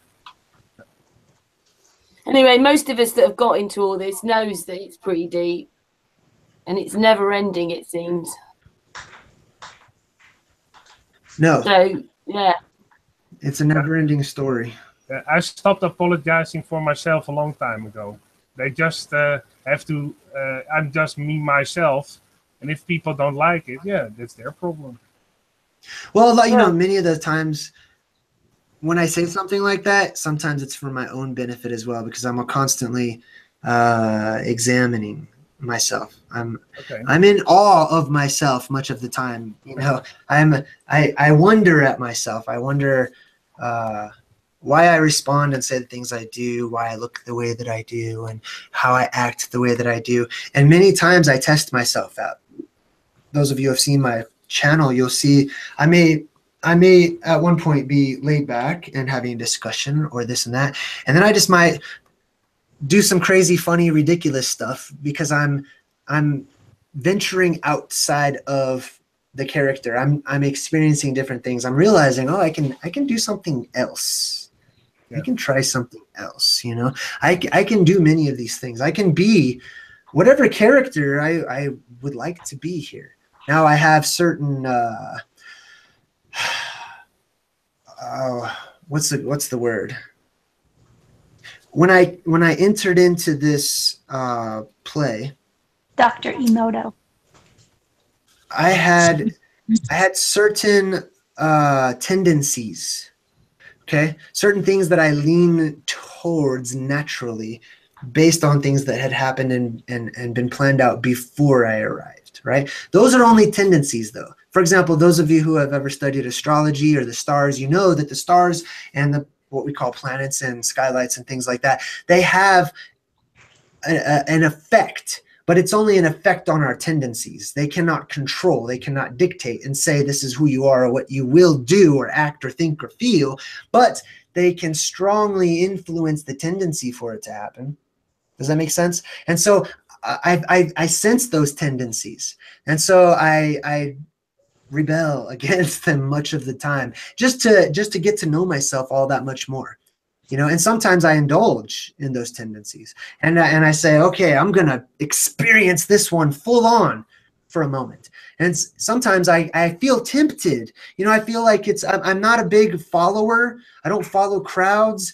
I am not easily pressured by peers, and if anything, I go the opposite way. When people are trying to get me to do this, I tend to say, why is that happening? I want to do the opposite, to see why people are all on board with whatever's going on over here sometimes. So for example, with the tendencies, let's use astrology as an example. A full moon, I feel the energy, I feel what's going on, I feel the moon calling out, what we call the moon, the nightlight in the sky. I feel it calling out. I feel it tempting. I feel it supplying of a particular energy that is potential, and it's waiting to turn kinetic. It's waiting to be used, right? And it's supplying it with such power, and I feel it. I can feel the temptation of the moon. I guess you could, using simple ways of speech. The moon tempts us. When it's a big, huge, full, bright moon, it's very tempting to act a particular way, to feel a particular way. And so whenever I realize it, I hear the moon talking, I hear what it's saying, I hear it calling out. And many times, I will act the opposite, right? I will allow that energy to stay where it is, and I will have that knowledge walking around that so many are being affected by that energy because they're weak, essentially. They're not very strong. They're not practiced in resistance. And it really makes for an interesting spectacle. It's very fun to people watch whenever you know what's going on. You know what strings are being pulled. It's entertaining much of the time. But sometimes I will submit and say, okay, moon, let's do it, like let's turn into the werewolf tonight, or whatnot. But that's all a part of being the character. You can choose your own adventure. You can choose the path that you want to take. Okay. And collectively, we're doing that as well, not just as individuals, but as a collective consciousness, right? As a group soul or memory complex. We are all doing these things together, and we're all returning to one another slowly. And we will eventually experience the thing that we've already come out of and been through, and it will re-happen over time as well. I find myself getting so passionate, and I was talking to one of my close friends last night, and I was like, man, I love being passionate because it lets me know I'm alive, in comparison to some of what people call zombies or robots, or people that don't seem to have something going on behind the eyes, if that makes sense. It lets me know there's something there, or at least it's an indicator. I still question that. But my whole point behind that is, you are your own character, right? You are what they call a singularity on the inside. If there is an inside, it's probably not even inside, really. We're just taught to think that it is inside.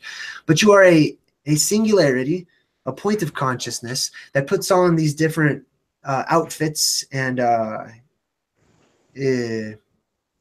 your different clothing or whatnot that you wear for your role in this play, for your character. And you can do whatever you'd like to with that. You can be the best character that you came here to be in character, or you can do other things as well. And that's why sometimes I can speak on a subject where I'm very much in support of this particular subject over here, right? And I'm not in support of this subject over here. But that's only one level of this character speaking. That's me speaking in my character, actually. Sometimes I can rise above my own character, right? And I can talk about things and understand things, various concepts or whatnot. What's that? Sorry. that was I opened my Facebook and my video started playing. There's a question in the chat room. It's Space is Fake. Just wanted to ask you, Jay, what was the next video topic and when would it be?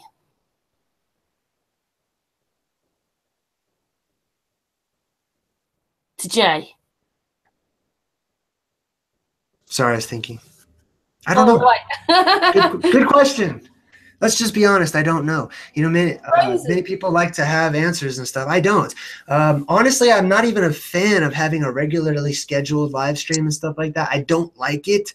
I don't like structure. I don't like planning at all. I'm not a planning kind of person. You know, it was very difficult for me to be here today at a particular appointed time and to wake up early and this and that. And I'm glad I did.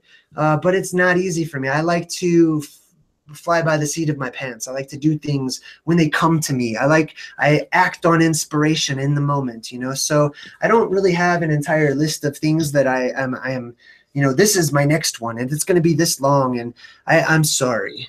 But I could talk about anything. It could be anything, whatever comes to mind. Most likely, I'll give you an inclination. I'm sorry. Probably because I've been watching Westworld. I've been rewatching Westworld. Most likely, I'll be talking about the concept of consciousness and what is it compared to artificial intelligence, and what are the two, and why do we think that we're any better or so much more alive than other things that seem to not be conscious, but we have created. And it brings in a creation question as well, especially when it comes to our bodies. Microscopically, we are robots. These bodies they're robotic. They're on automatic. They work without us having to tell them what to do. And so that's probably something I'll be talking about, because when I watch shows like Westworld, my mind is just blown away. Like I'm in a vortex of thought for hours afterwards. So that's probably something I'll be bringing up once again. I have had a few videos about that subject before. I'll probably be going into more detail, and I'm working on my breadcrumbs series. So, you know, I'm working at the details on how to do that. My breadcrumb series is going to be little short 2-minute videos, really just hitting the nail on the head, you know, one after another about whatever the topics are that I've talked about. So, for example, my first one will be breadcrumbs about the elves. Elves are real. They are here. They are the gods, etc., etc. And it's just going to be in your face. This is what it is, right? And it's going to be presented as if this is how it is. You know what I mean? Because it's a breadcrumb, and it's more designed for people as a tool to help ease them into a place in life where they can be more patient and allow things to marinate. But that's not the world we live in today. Not so far. So you could planting seeds. Also. Yes. Yeah. Yeah, absolutely. I'm a farmer, right? I'm always planting seeds everywhere I go. And that's not just YouTube, you know. I've been planting seeds since I was a child. I plant seeds for myself to find later. You know, I'll go plant a seed later on, and I'll come back when it's a tree, and I'll eat from it. And that's why so many of us are very spread out. And I don't say us as if, you know, everyone is involved. Okay. When I say these things, they're for people who are connected. Okay. And this is very difficult to describe because it seems inclusive or exclusive, and that it's different than that. But there are those of us who are separated throughout this realm. We are far away from one another, and we are supposed to be.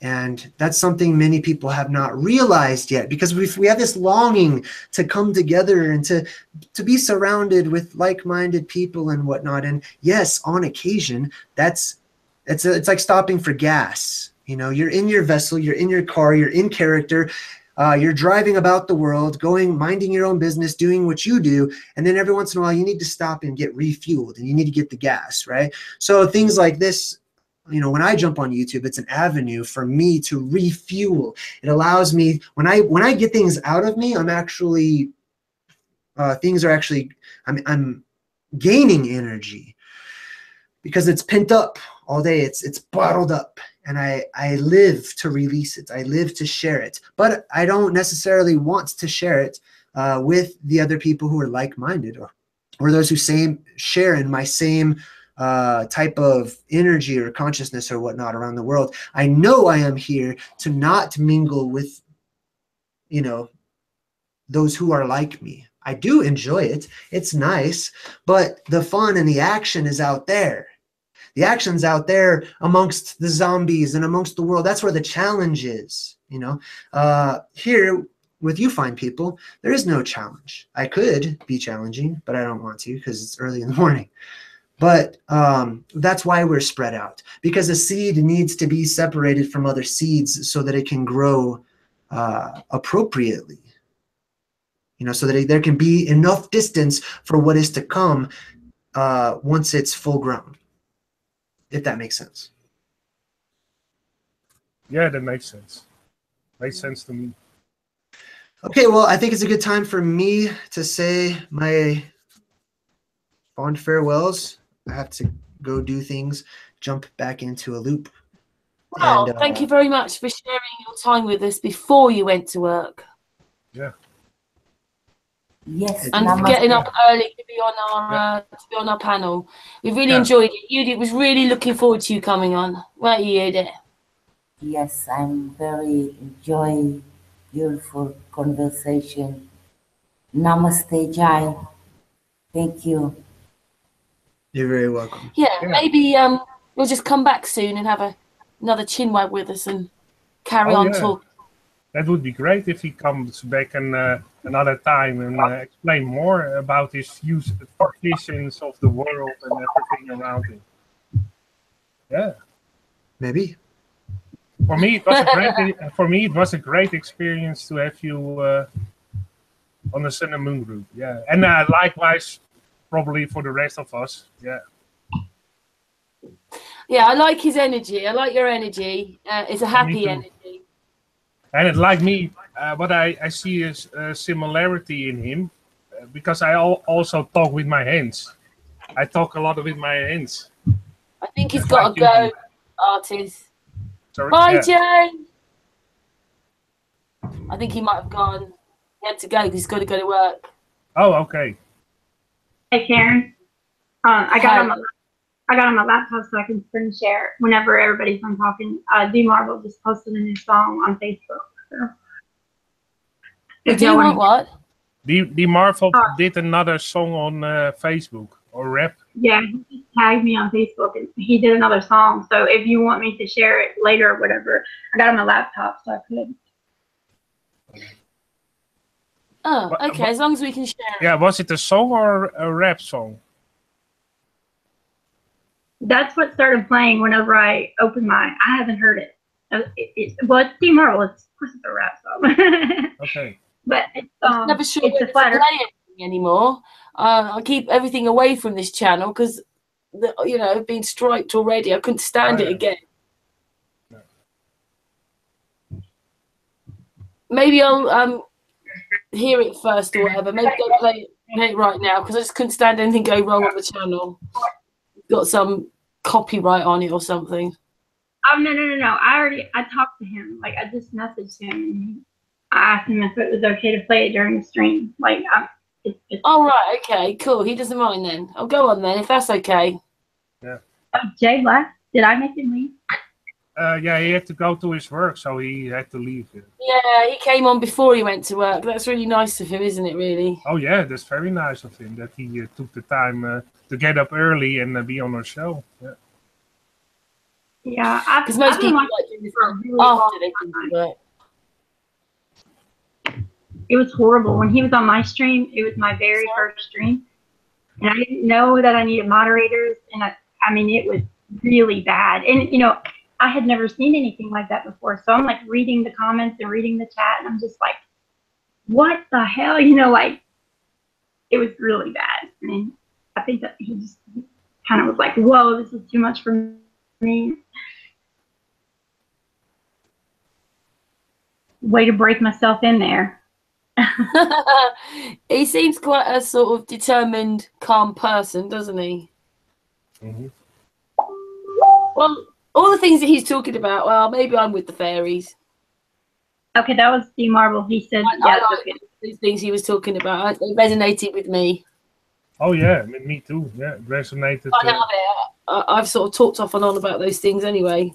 Mm-hmm. I've listened to every stream he's ever had. I've watched every video he's ever made because nobody talks about the things that he talks about, and he does it in a way that's welcoming to listen to. You know what I mean? It's not condescending and I'm better than you and you better listen to me. And not saying that a lot of people people are like that, but yeah.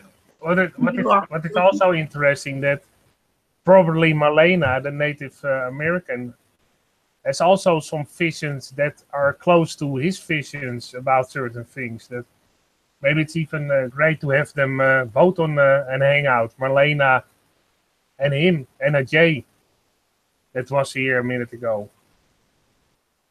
It's also a nice possibility, a nice thing to maybe do that. Just a thought. Yeah. I was waiting for D Marble to answer me just to be sure before I played this, but he said it's fine. Okay. Cool then. Go on then, Candy.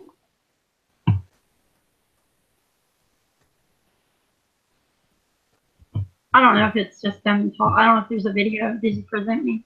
Everybody? Not at the moment. Yeah, I have. Oh, yeah. Wait, what? I see now. Yeah. It just played a second ago. Hold up. Let me try this again. Wait a minute. It's now loading at the moment, Candy. Yeah, I don't know what's going on. It just was playing a second ago because that's what the noise was when Jay said, "What'd you say?" It was not me. Oh, yeah. I don't sound that mean. Sometimes it takes a minute to load. Yeah. There you go. First off, let's go ahead and get this out of the way. The Earth is flat, mainly because the Earth's surface is 71% water, bodies of water do not occur.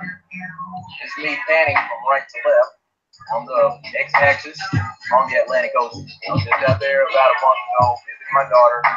All we saw was flat water as far as the eye could see.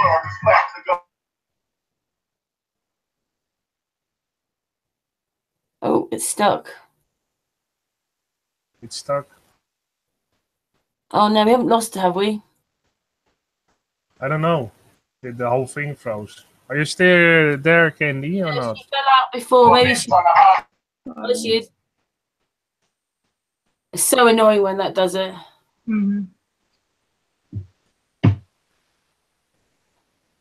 It's because the Hangout takes so much of the bandwidth. I gotta put in the Discord too. It takes a lot. Maybe just put it in the chat. Yeah. Well, I don't know if it's on. I don't know if you put it on YouTube or not. Right. Okay. I don't know. I can check. I don't know. This is weird because it was playing fine before. I mean, it was on mute because I was in the Hangout, but it was playing while I was not trying to let you guys hear it. But now that I want you to hear it, it won't play. I gotta close. I got a lot of stuff open. We always have we always have some kind of a bit technical. Yeah, indeed. So this is the technical part. So we. Spreading truth on. Oh, we've lost Judith. Oh, she said goodbye. I see it in the group chat. Love y'all. Thank you. Oh, right. Yeah, so she did. Yeah, I see. Yeah, we're on a little bit earlier tonight, though, guys. Well, we were actually on really early. I just made the mistake about not getting the right time zone. But, yeah, we're on earlier tonight, so we'll be finishing earlier tonight. Yeah. First off, let's go ahead and get there about a month ago visiting my daughter. All we saw was flat water as far as the eye could see. World is flat. The government trying to hide that the world is flat. They don't want to let us know that the world is flat. They've been lying, God coming back. The world is flat. They know we gon' trip. They've been lying, God. They've been lying, God. Where did we begin with some shit? First off, I'm FE, your business. True to myself, and God bless me to see this perfect corrupt world just for what it really is. Timeless, fake faces till the over with. I'm thinking about time to let it sit on it. Deception and lies to see what's all about it, ain't it? Drowning in your own lies, then we get contained. Government is that means my control. Feeding your people till they try to take the soul. In our whole damn life, we've been told we been living here, spinning on a globe. Now what the hell you think they told us that for? So when the real reveals, nothing we lost, you won't know. Hey look, it's getting old. I'm back there, here to let you know. The world is flat, the government trying to hide that the world is back. They don't want to let us know that the world is back. Maybe now God coming back, the world is back. Maybe the two they know we gon' trip, world is back. The government trying to hide that the world is back. They don't want to let us know that the world is back. Maybe now God coming back, the world is back. Maybe the two they know we gon' trip. God said, let there be a firmament in the midst of the waters, and let it divide the waters from the water. God made the firmament, divided the waters which were under the firmament on the waters which were above the firmament. And God called the firmament heaven. Genesis 1, 6, and 7. It's the Jedi Knight on the mic with the master plan. Rocking braids, shades, and jumping out of band. We went from walking on a plane with spirit level. Winner drive away from spirits to a holy devil. Jealousy has got you mad because you know where I'm at. They're trying to say that I'm amazing because I'm keeping it flat. You see my name and say it's crazy when you have to see proof, but you know more about me than I know about you. I'm on a mission to go out and make the magic. Like this is daily, and I'm handing out the classes. Like cookies on cookies, you can see how fake face is. Like I was sent here to tear down the matrix. I think the earth is flat, you fall with laughter, but you still walking around here believing NASA. I'm stepping out on faith, believing God promises and teaches the masses to rely on that common sense. Oh crap! Well, we got the most. The Earth is flat. The Earth is flat. Oh my God! I'm done. Yeah, I'll put the link in the chat. wow, they are packing some real. Yeah, they're packing some real good flow, man. Great rap video. Yeah, wow. thank you very much for letting us play it on our channel. Wow, great beats, great flow. Wow, that is really something. Yeah, I mentioned that you really wanted to show us this. Yeah, that is. We saw it. Wow. All right. Thanks, Candy. It's always got to be a bit of technical. It always happens. Oh, wait, yeah, you know what you could have done? You could have played it without showing the video, and that might have mean that you can play the song Bell and you're not sharing it. Oh yeah, let me try. Yeah, that's a good idea. Yeah. Try that. Wow. Yeah, really great video of DreamerZ and his companion. Screen sharing probably takes more bandwidth. My dog wants to come in. I can't wait. Can you stop presenting me? I don't know if It was from DreamerZ, and is that other guy Joseph Julius Lins or something? You just you just play it the same, but just don't share it. Just play it, and it'll be your icon moving instead of a video. I had to refresh it. Okay. Sorry. Oh, the world is flat. It's the world is flat by BAGDAG featuring That's Baghdad. Yeah, Baghdad. Right to left on the x-axis on the Atlantic Ocean. I was just out there about a month ago visiting my daughter. All we saw was flat water as far as the ice. The world is back. The government trying to hide that the world is back. They don't want to let us know that the world is back. Maybe now God coming back. The world is back. Maybe the two they know we gon' trip. Maybe now God. Maybe now God. Where to begin with so much information? First off, I'm FD, your business. Truly myself and God bless me to see this perfect corrupt world just for what it really is. Time for some fake faces till the over with. I'm thinking about time to let it sit on it. Deception and lies, to see it's all about the same. Drowning in your own lies, then we entertain. Government is that means my control. Be that faithful till they try to take the soul. In our whole damn life, we can told. We didn't live here spinning on a throne. And what the hell you think that's on us that phone? So when the real reveals, nothing we also won't know. And look, it's getting old. I'm back there, here to let you know. The world is black. The government trying to hide that the world is black. They don't want to let us know that the world is black. Maybe now God coming back, the world is black. Maybe the two they know we gon' trip. World is black. The government trying to hide that the world is black. They don't want to let us know that the world is black. Maybe now God coming back, the world is black. Maybe the two they know we gon' trip. God said, let there be a firmament in the midst of the waters, and let it divide the waters from the water. God made the firmament to divide the waters under the firmament on the waters which was above the firmament. And God called the firmament heaven. Genesis 1:6-7. It's the Jedi Knight on the mic. Master plan. Rocking braids, shades, and jumping out of band. We went from walking on a plane to spirit level. Winner drive away conspiracy to oppose the devil. Jealousy has got me mad because you power on that. They're trying to say that I'm amazing because I'm keeping it flat. You see my name and say it's funny if you ask. But you know more about me than I know about you. I'm on a mission to go out and make the masses. Like this is they live and I'm heading out the classes. Like cookies on cookie, you can see how fake face is.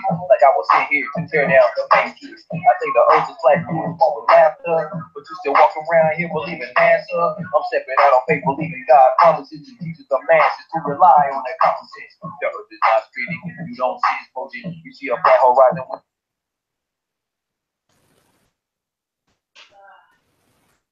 Oh, awesome, Candy. Thanks, man. Wow. Great hip-hop track. Woo. Cool. Woohoo. All right. Yeah, I can dance to that. And also great information. And wow.